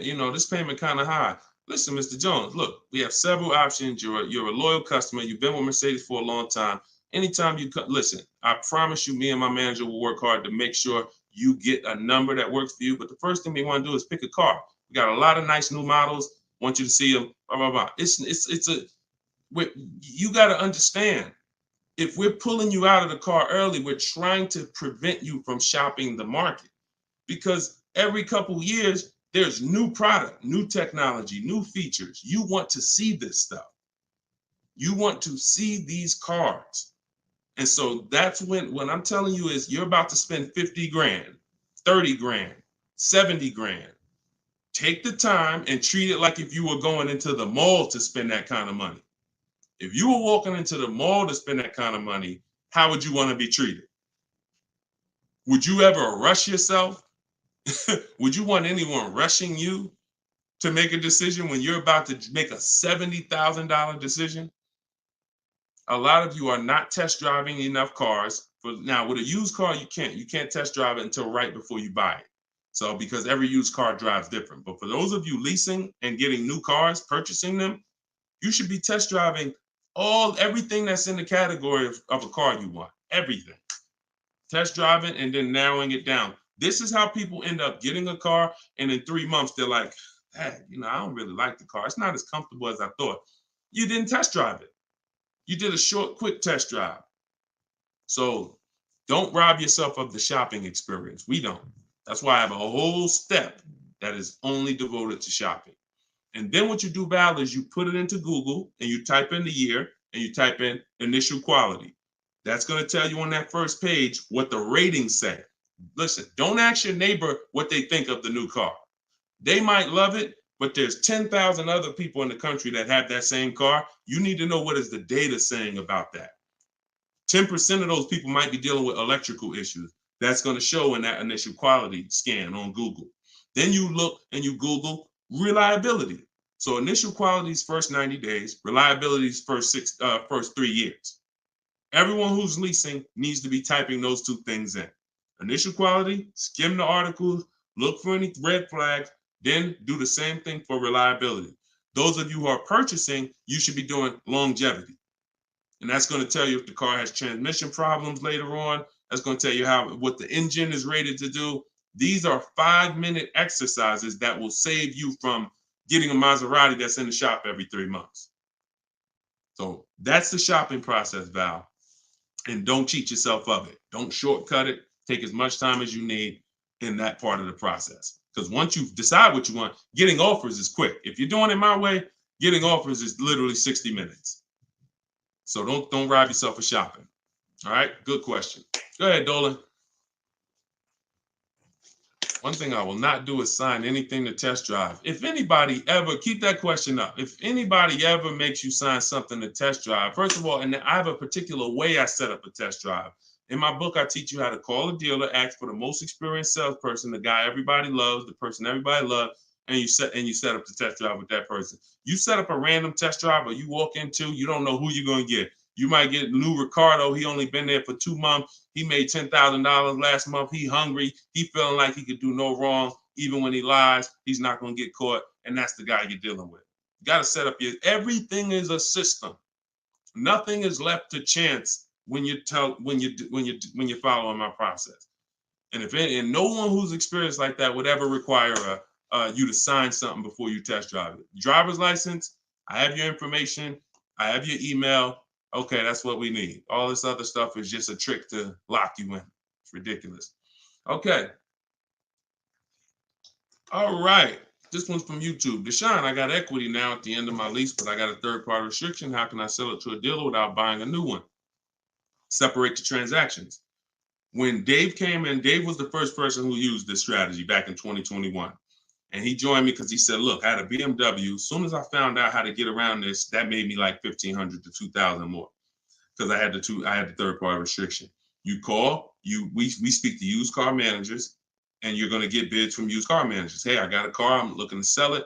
I have a specific script in my book, but hey, I'm looking to sell it. And, can I give you some information about it? And you give me an offer. And we want to get at least 3 offers. It's a relatively new car, 2-3 years old, and that's it. You're having conversations and you're getting offers. These guys, their job is to buy cars. So, but that's independent of who you're getting the car from. So if I talk to a guy and he was like, look, I like your car, I can pay you this for it, I'm going to tell him, look, okay, I'm about to shop for my new car. I'm looking to have that deal done in a couple weeks. And as soon as I make that deal and schedule the delivery, I'll call you and I'll drop off this car to you. Now he's going to say, well, if too much time passes, I might have to look at it again. No problem. Understand. If 2 months pass, then yeah, I would keep in touch with him and be like, hey, I'm still shopping. Do you need to take a look at it again? Just so the person, I'm always, anyone who's listening to me, who uses my stuff, they're always locking up equity in who they're going to sell the car to before they focus on the new car shopping. Before. Equity needs to be, because that's a bidding process. I've already gone through the bidding process. I know who I'm giving my old car to. Now I'm on to my next car. I'm on to the replacement car. I'm on to the loan that's separate. But this needs to be locked up first, because what will happen is you've been taught, don't tell the dealer about your trade till the end. Let me tell you how horrible, who's heard that advice? And I'm gonna tell you why that's the worst advice about getting money for your trade in you could have ever listened to. Hopefully you never listened to it, but who's heard, don't tell the dealer about you that you have a trade until the end? Who's heard that? Okay, Adri said, I've heard that. Okay, who's heard that? Okay, SS, I see you on YouTube, me. Okay. This is a widespread thing. If you go on any of the negotiators' websites or whatever, or you see social media videos, they'll tell you, I'm gonna tell you why that's horrible. Because they're teaching you to shop a way where you are gonna negotiate your way to a deal. You're not sitting at home bidding. And then, so you're spending this time, and now you get the dealer to a price that you're comfortable with. All right, I like this price. Now they're telling you spring the trade on them. So what happens when the dealer doesn't give you what you think the trade is worth? What happens? Because if a dealer gave you a great price on and you don't know that because you don't have enough offers, I'm gonna continue to emphasize that. You don't know you have a great price unless you have 4 or 5 other offers to compare them to. I have a great price from you. But so now dealer says, look, I know you think your car's worth 18, but I can only pay 16. That it's max is 16. Now you're like, all right, well, listen, I'm out. Okay. Who lost there? SS, I know you walk away. I know. You lost. You just sat there and negotiated hours only to get up and walk away with no car. See, I don't know about you guys, but I'm really interested in the people who your money's just as important as your time. Time is just as important as your money. No one's going to waste my time. And I want you to have strategies where no one can waste your time. Because while you're sitting there for 2 hours and getting up to walk away, the salesman's like, okay, listen, they don't know their car's not worth 16, but whatever. Somebody else is going to buy this car. So you're going to go and do that same thing again with some other dealer. 2 hours, 2 hours, 2 hours. And I think that I guess they just know that you're comfortable spending a whole lot of time car shopping. But you don't do that. The only time you're ever going to reveal that you have a car that you might bring to the transaction is when you know you already have offers. So I don't mind once a dealer wins the bid saying, well, look, I do have this old car. I already agreed to sell it to this dealer from Kelly's Blue Book Instant Cash Offer, but if you could match it or beat it, I'll give you the car. That's different because you're not going to stop my deal. When you do it like that, no one stops your deal. No, you know what? Hey, that dealer that's paying you that's a good offer. All right, no problem. I'm going to buy the car from you because you won the bid, and then I'm going to sell the car to them. And if by chance they say, you know what, that is a car I could, my used car manager says he can match that. Great, here you go. But this getting up and walking away, driving to a dealership, only to find out I got to the dealership, they told me they had $4,000 in fees made up that they put. I just got up and walked away. You wasted 2 hours of your life that you can't get back, and you still need the car shop. So what you're going to find using what I teach, you'll never waste your time. You'll never waste your time. My time's just as important, man. I got 2 kids. I got a lovely wife. I want to spend time with them and people I love. not in car dealerships walking out. That's just me. If you like me, then we're gonna love working together. So go ahead, Dolan.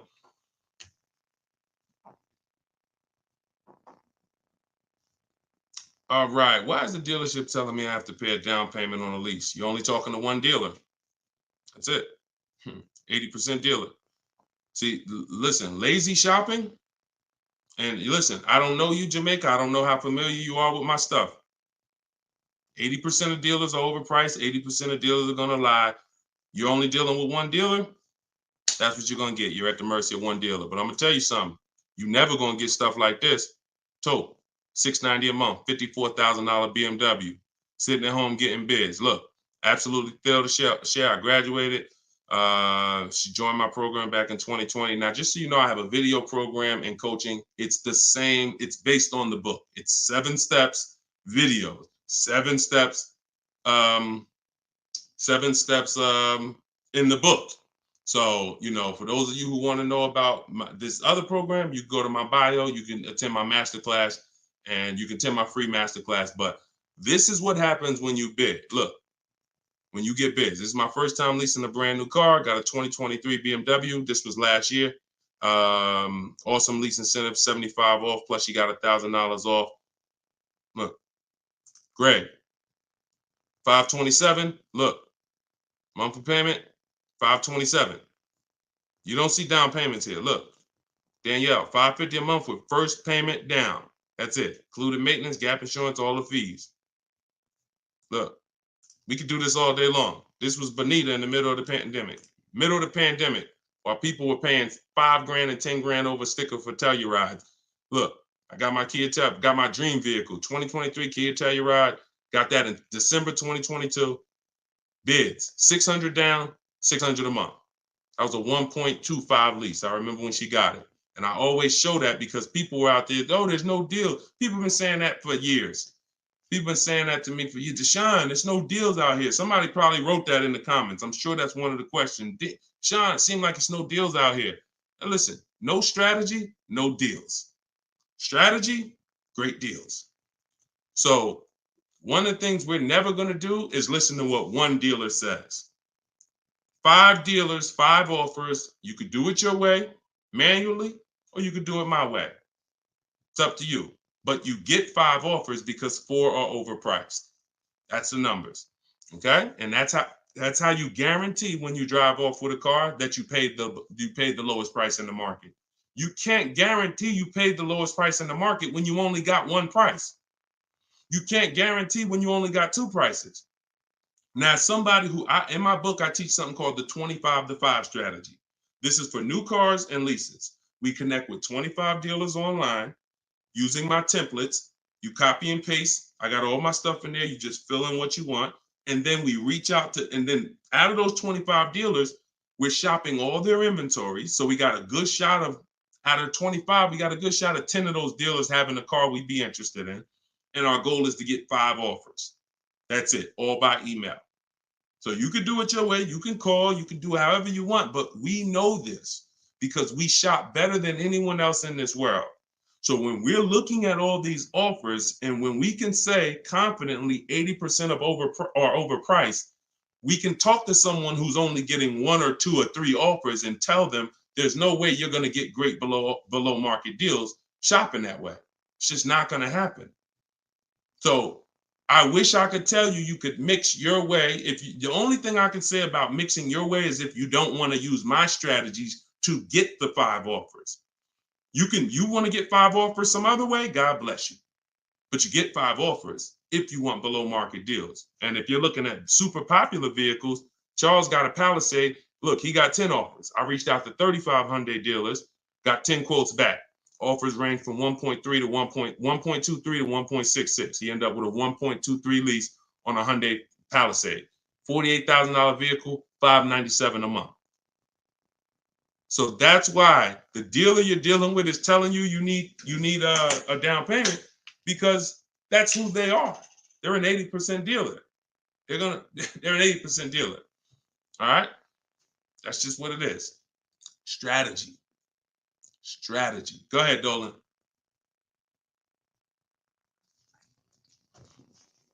All right. TikTok. Miss Brooklyn. How much is a good price under MSRP? It's going to be different for each car. It's going to be different for each car. There's no way for you to know this. No way for you to know this. Look, Eddie got a Toyota. He got $2,086 under MSRP. You don't know what the bottom is without offers. Your way of shopping the old way, you're just feeling for the bottom. No way. And I'm showing you all of this so you know. Look, Kimberly got $20,000 off of Maserati a little while ago. $86,000, you see it right here, $86,000 MSRP. Their selling price to her was $66,261. Had she got excited thinking, I'm just going to make up a number. I'm just going to, if I could save $7,000 off this Maserati, that'd be great. We don't pick what the bottom is. We get enough offers and it reveals what the bottom is. You get a bunch of offers on a Toyota Camry, the lowest offer, $2,000 under MSRP. Now, Kimberly, Maserati, that car, 20 grand off. Look, Sean, $20,000 off his F-150 Lightning XLT. Look, MSRP 73, dealer discount 4,900, 15,500.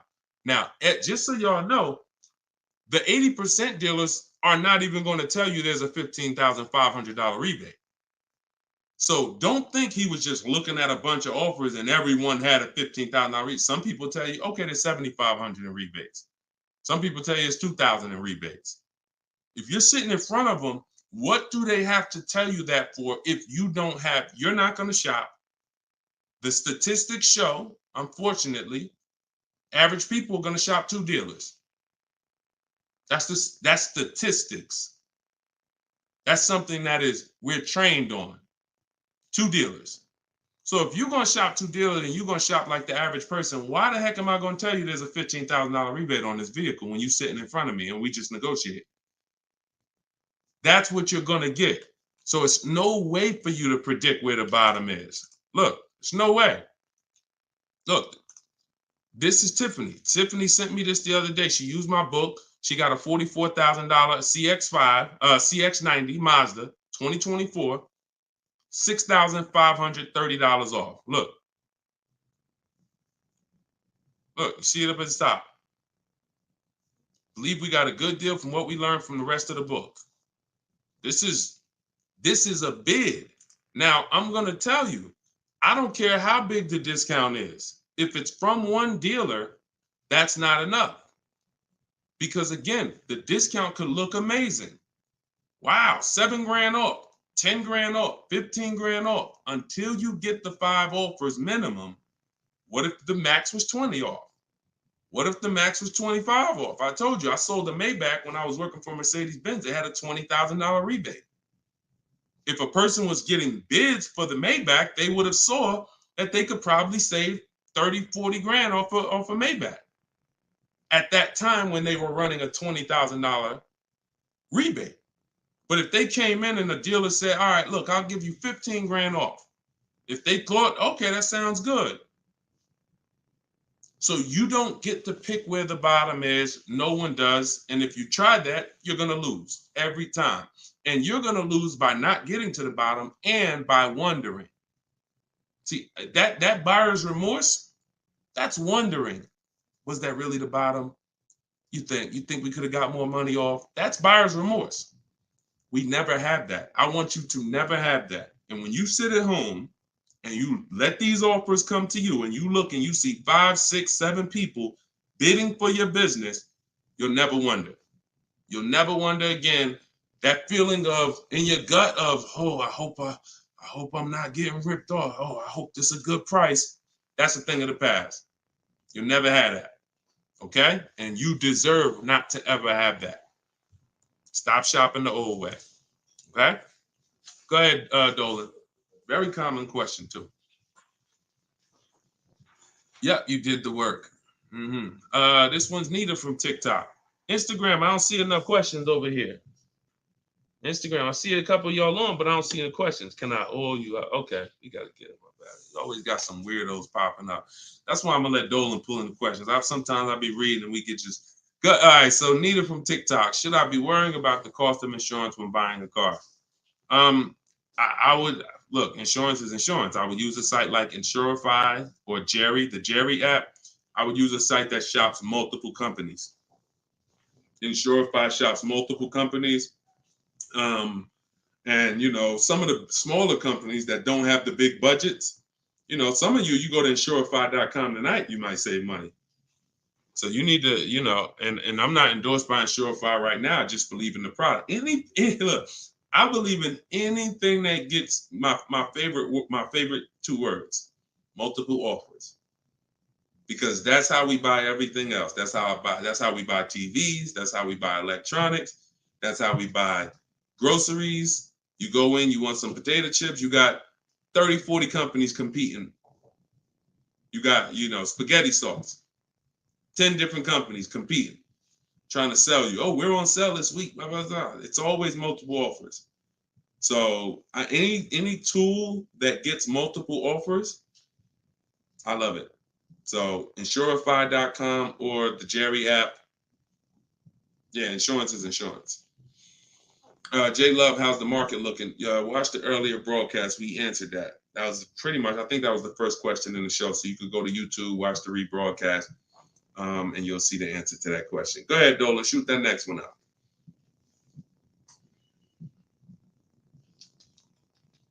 Okay. What is a third-party offers? What is a third-party restriction? Third-party restriction is a restriction in your lease contract that says you cannot sell direct to a used car buyer other than a dealership of the same brand. So we get bids from Carvana, CarMax, Driveway, Kelly's Blue Book Instant Cash Offer, Car Gurus, and AutoNation. 3 of those offers are from local dealers. 3 of those offers are from online car buyers. And they cut a check same day. Simple process. They compete. Third-party restriction means you can't sell direct to them. You would have to buy the car and resell it. We don't do that. We sell to a dealer of the same brand. We get bids from a dealer of the same brand. So that's what a third-party restriction is, and that's how we handle those. All right. Go ahead, Dolan. Everything I'm teaching for those who just came on is in my new digital book. It's called Car Shopping. Well, it used to be called Car Shopping for people that hate car shopping. Now it's just Cars from Home. 7 steps to saving time, money, and avoiding dealerships. So for those of you who want the same results that you're seeing from all these people, if you want those below market deals to be your below market deals, and you get the roadmap, you get the guide, it's a step-by-step blueprint. First step is, because many of you don't know the 7 steps. Those of you who have the book, you know it. First step is the most important question. How many years are you keeping the car? That's the 8-year rule. That's going to help you decide whether you need to buy or shop for a great lease deal. Second step is the equity assessment. Third step is deal structure, and it's deal-focused budgeting. We don't just budget. Budgeting is whatever it is, I'll just budget and I'll see what I could afford. No, we budget for a deal. You need to know what a deal. When I'm budgeting for a lease, I'm budgeting to see if the lease is great, this is what it should cost. If I'm budgeting for a purchase, I'm budgeting, this is how much a great deal should be. I'm coming up with my max offers way before I ever go look at cars. So that's day 3. That's step 3, deal structure. Step 4 is shopping, not buying. Step 5 is multiple offers. That's when we're in the market. Step 6 is paperwork and protection. Step 7 is delivery. 7-step process. So everything is in there step by step. You can get your copy for 75% off as part of our book launch. It's in my TikTok bio, in my Instagram bio, or if you're on Facebook or YouTube, it's in the comment section. Or you can scan the QR code on the screen. If you're watching us on TV, you can scan that QR code with your camera to get your copy. Be in your inbox in 5 minutes. Okay, this is Wes from Facebook. How do you feel about vehicles that are well over MSRP? Don't. See, I mean, if you guys can't see that you need help, because the language you're using is really desperate language.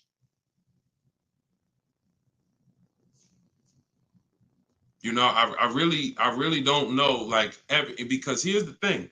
You're walking into dealers because that's all you know to do, and you're saying that stuff. Vehicle I'm interested in selling almost 20 grand over MSRP. I remember when the new Broncos came out a couple years ago during the pandemic, and people were paying 10 grand, 20 grand over MSRP for them. And when our first person got a Bronco with no markups, everyone who paid 10, 20 grand, 5 grand, 2 grand over at that time, money's out the window dealing with 80% dealers. And then you go in and you say this stuff that just works against you.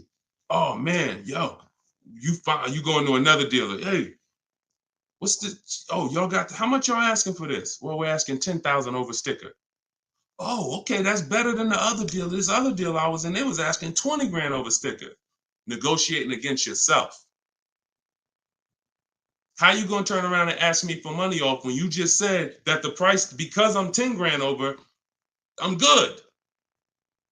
Oh man, you only 5 grand over stickers. Man, you all right, this is good because the other one was 20 grand over sticker.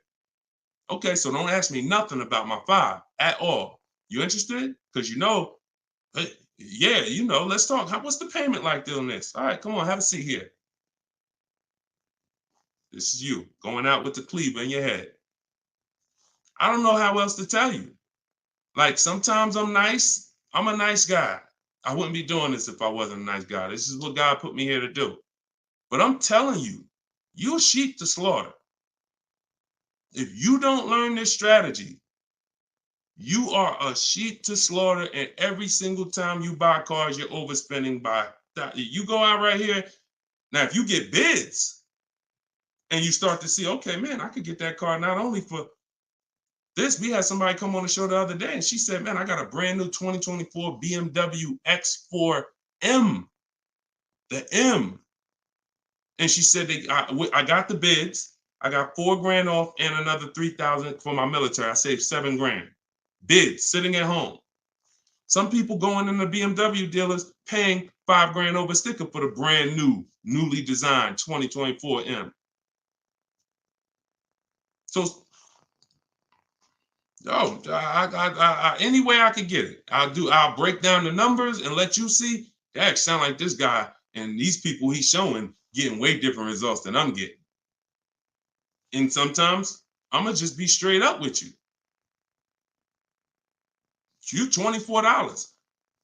I don't know. So go ahead. I don't know, because that's it. All I could do is just follow the show and listen to what we're talking about so you can understand. Go ahead. Go ahead, Dolan. You can't make people. It's crazy. Like, literally, you cannot make people. Like, I could sit on here, talk to them blue in the face, talk about the money, show the people. You can't make you. I can't make y'all. So only the minority of people who are like, yo, you know what? This dude, I've been public for 3 years. If what I was teaching wasn't working, if I was scamming, if people were getting my stuff, we wouldn't be 5-star reviews. We wouldn't have 2 million followers. It would have came out a long time ago. I've been doing free master classes for 3 years. This would have been out by now. So understand, I'm fighting for your money. I'm fighting to protect your money. And I never had a book for $24. The least expensive way to work with me before my book came out was $397. I'm gonna let that sink in. The least expensive way to work with me prior to my book coming out was $397. And people didn't bat an eye. Some of you been in my master classes. You've been to my free master classes.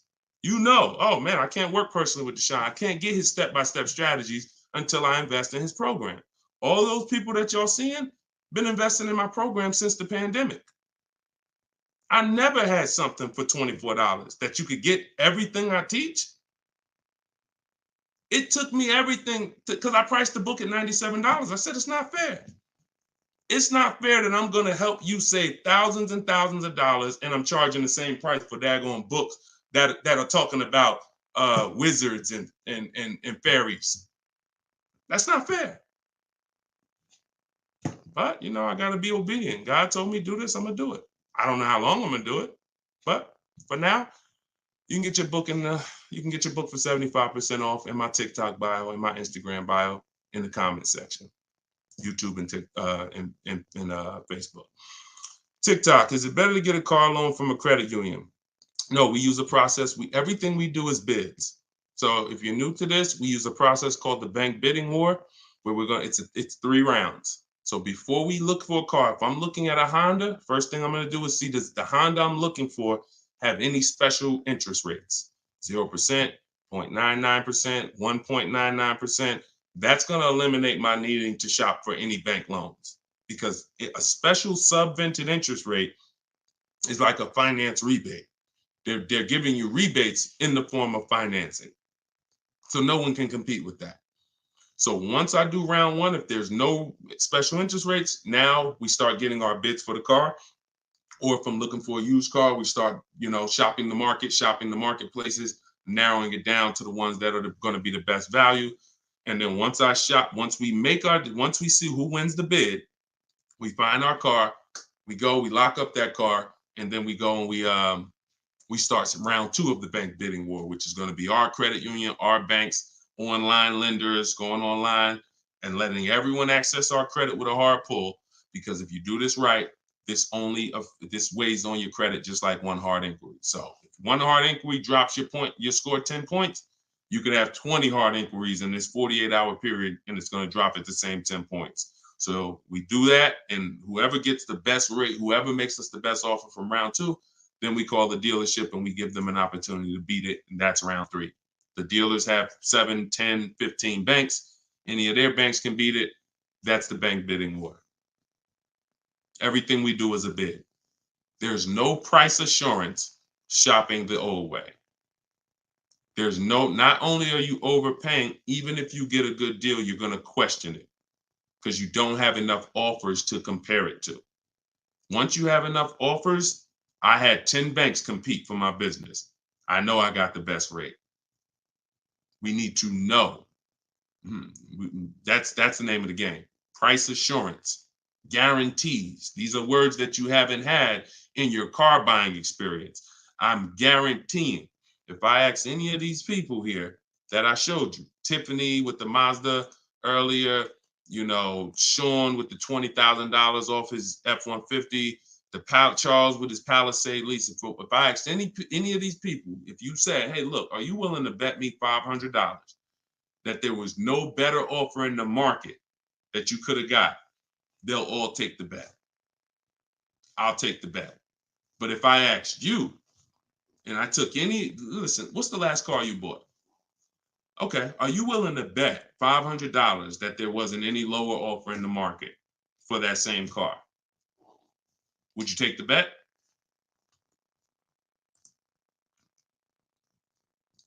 No price assurance. No price assurance. Price assurance only comes through multiple bids, multiple offers. All right? All right, y'all. I think we're going to wrap. Thank you, Nita. I'm glad you enjoyed that. We've been on for about an hour. This is our 7 p.m. show. You may see the rebroadcast. Well, we'll see the rebroadcast. You can invite your friends to the rebroadcast. We play them throughout the day on all our channels. Everything I'm teaching is out of my book. You guys know that. If you want to attend my free masterclass, we have a link in the comment section for you. It's called Everything You're Doing Wrong, Buying, Selling, and Leasing Cars. It's about an hour. So you could go there. Hold on. We're going to wrap, Dolan. Man, I'm tired.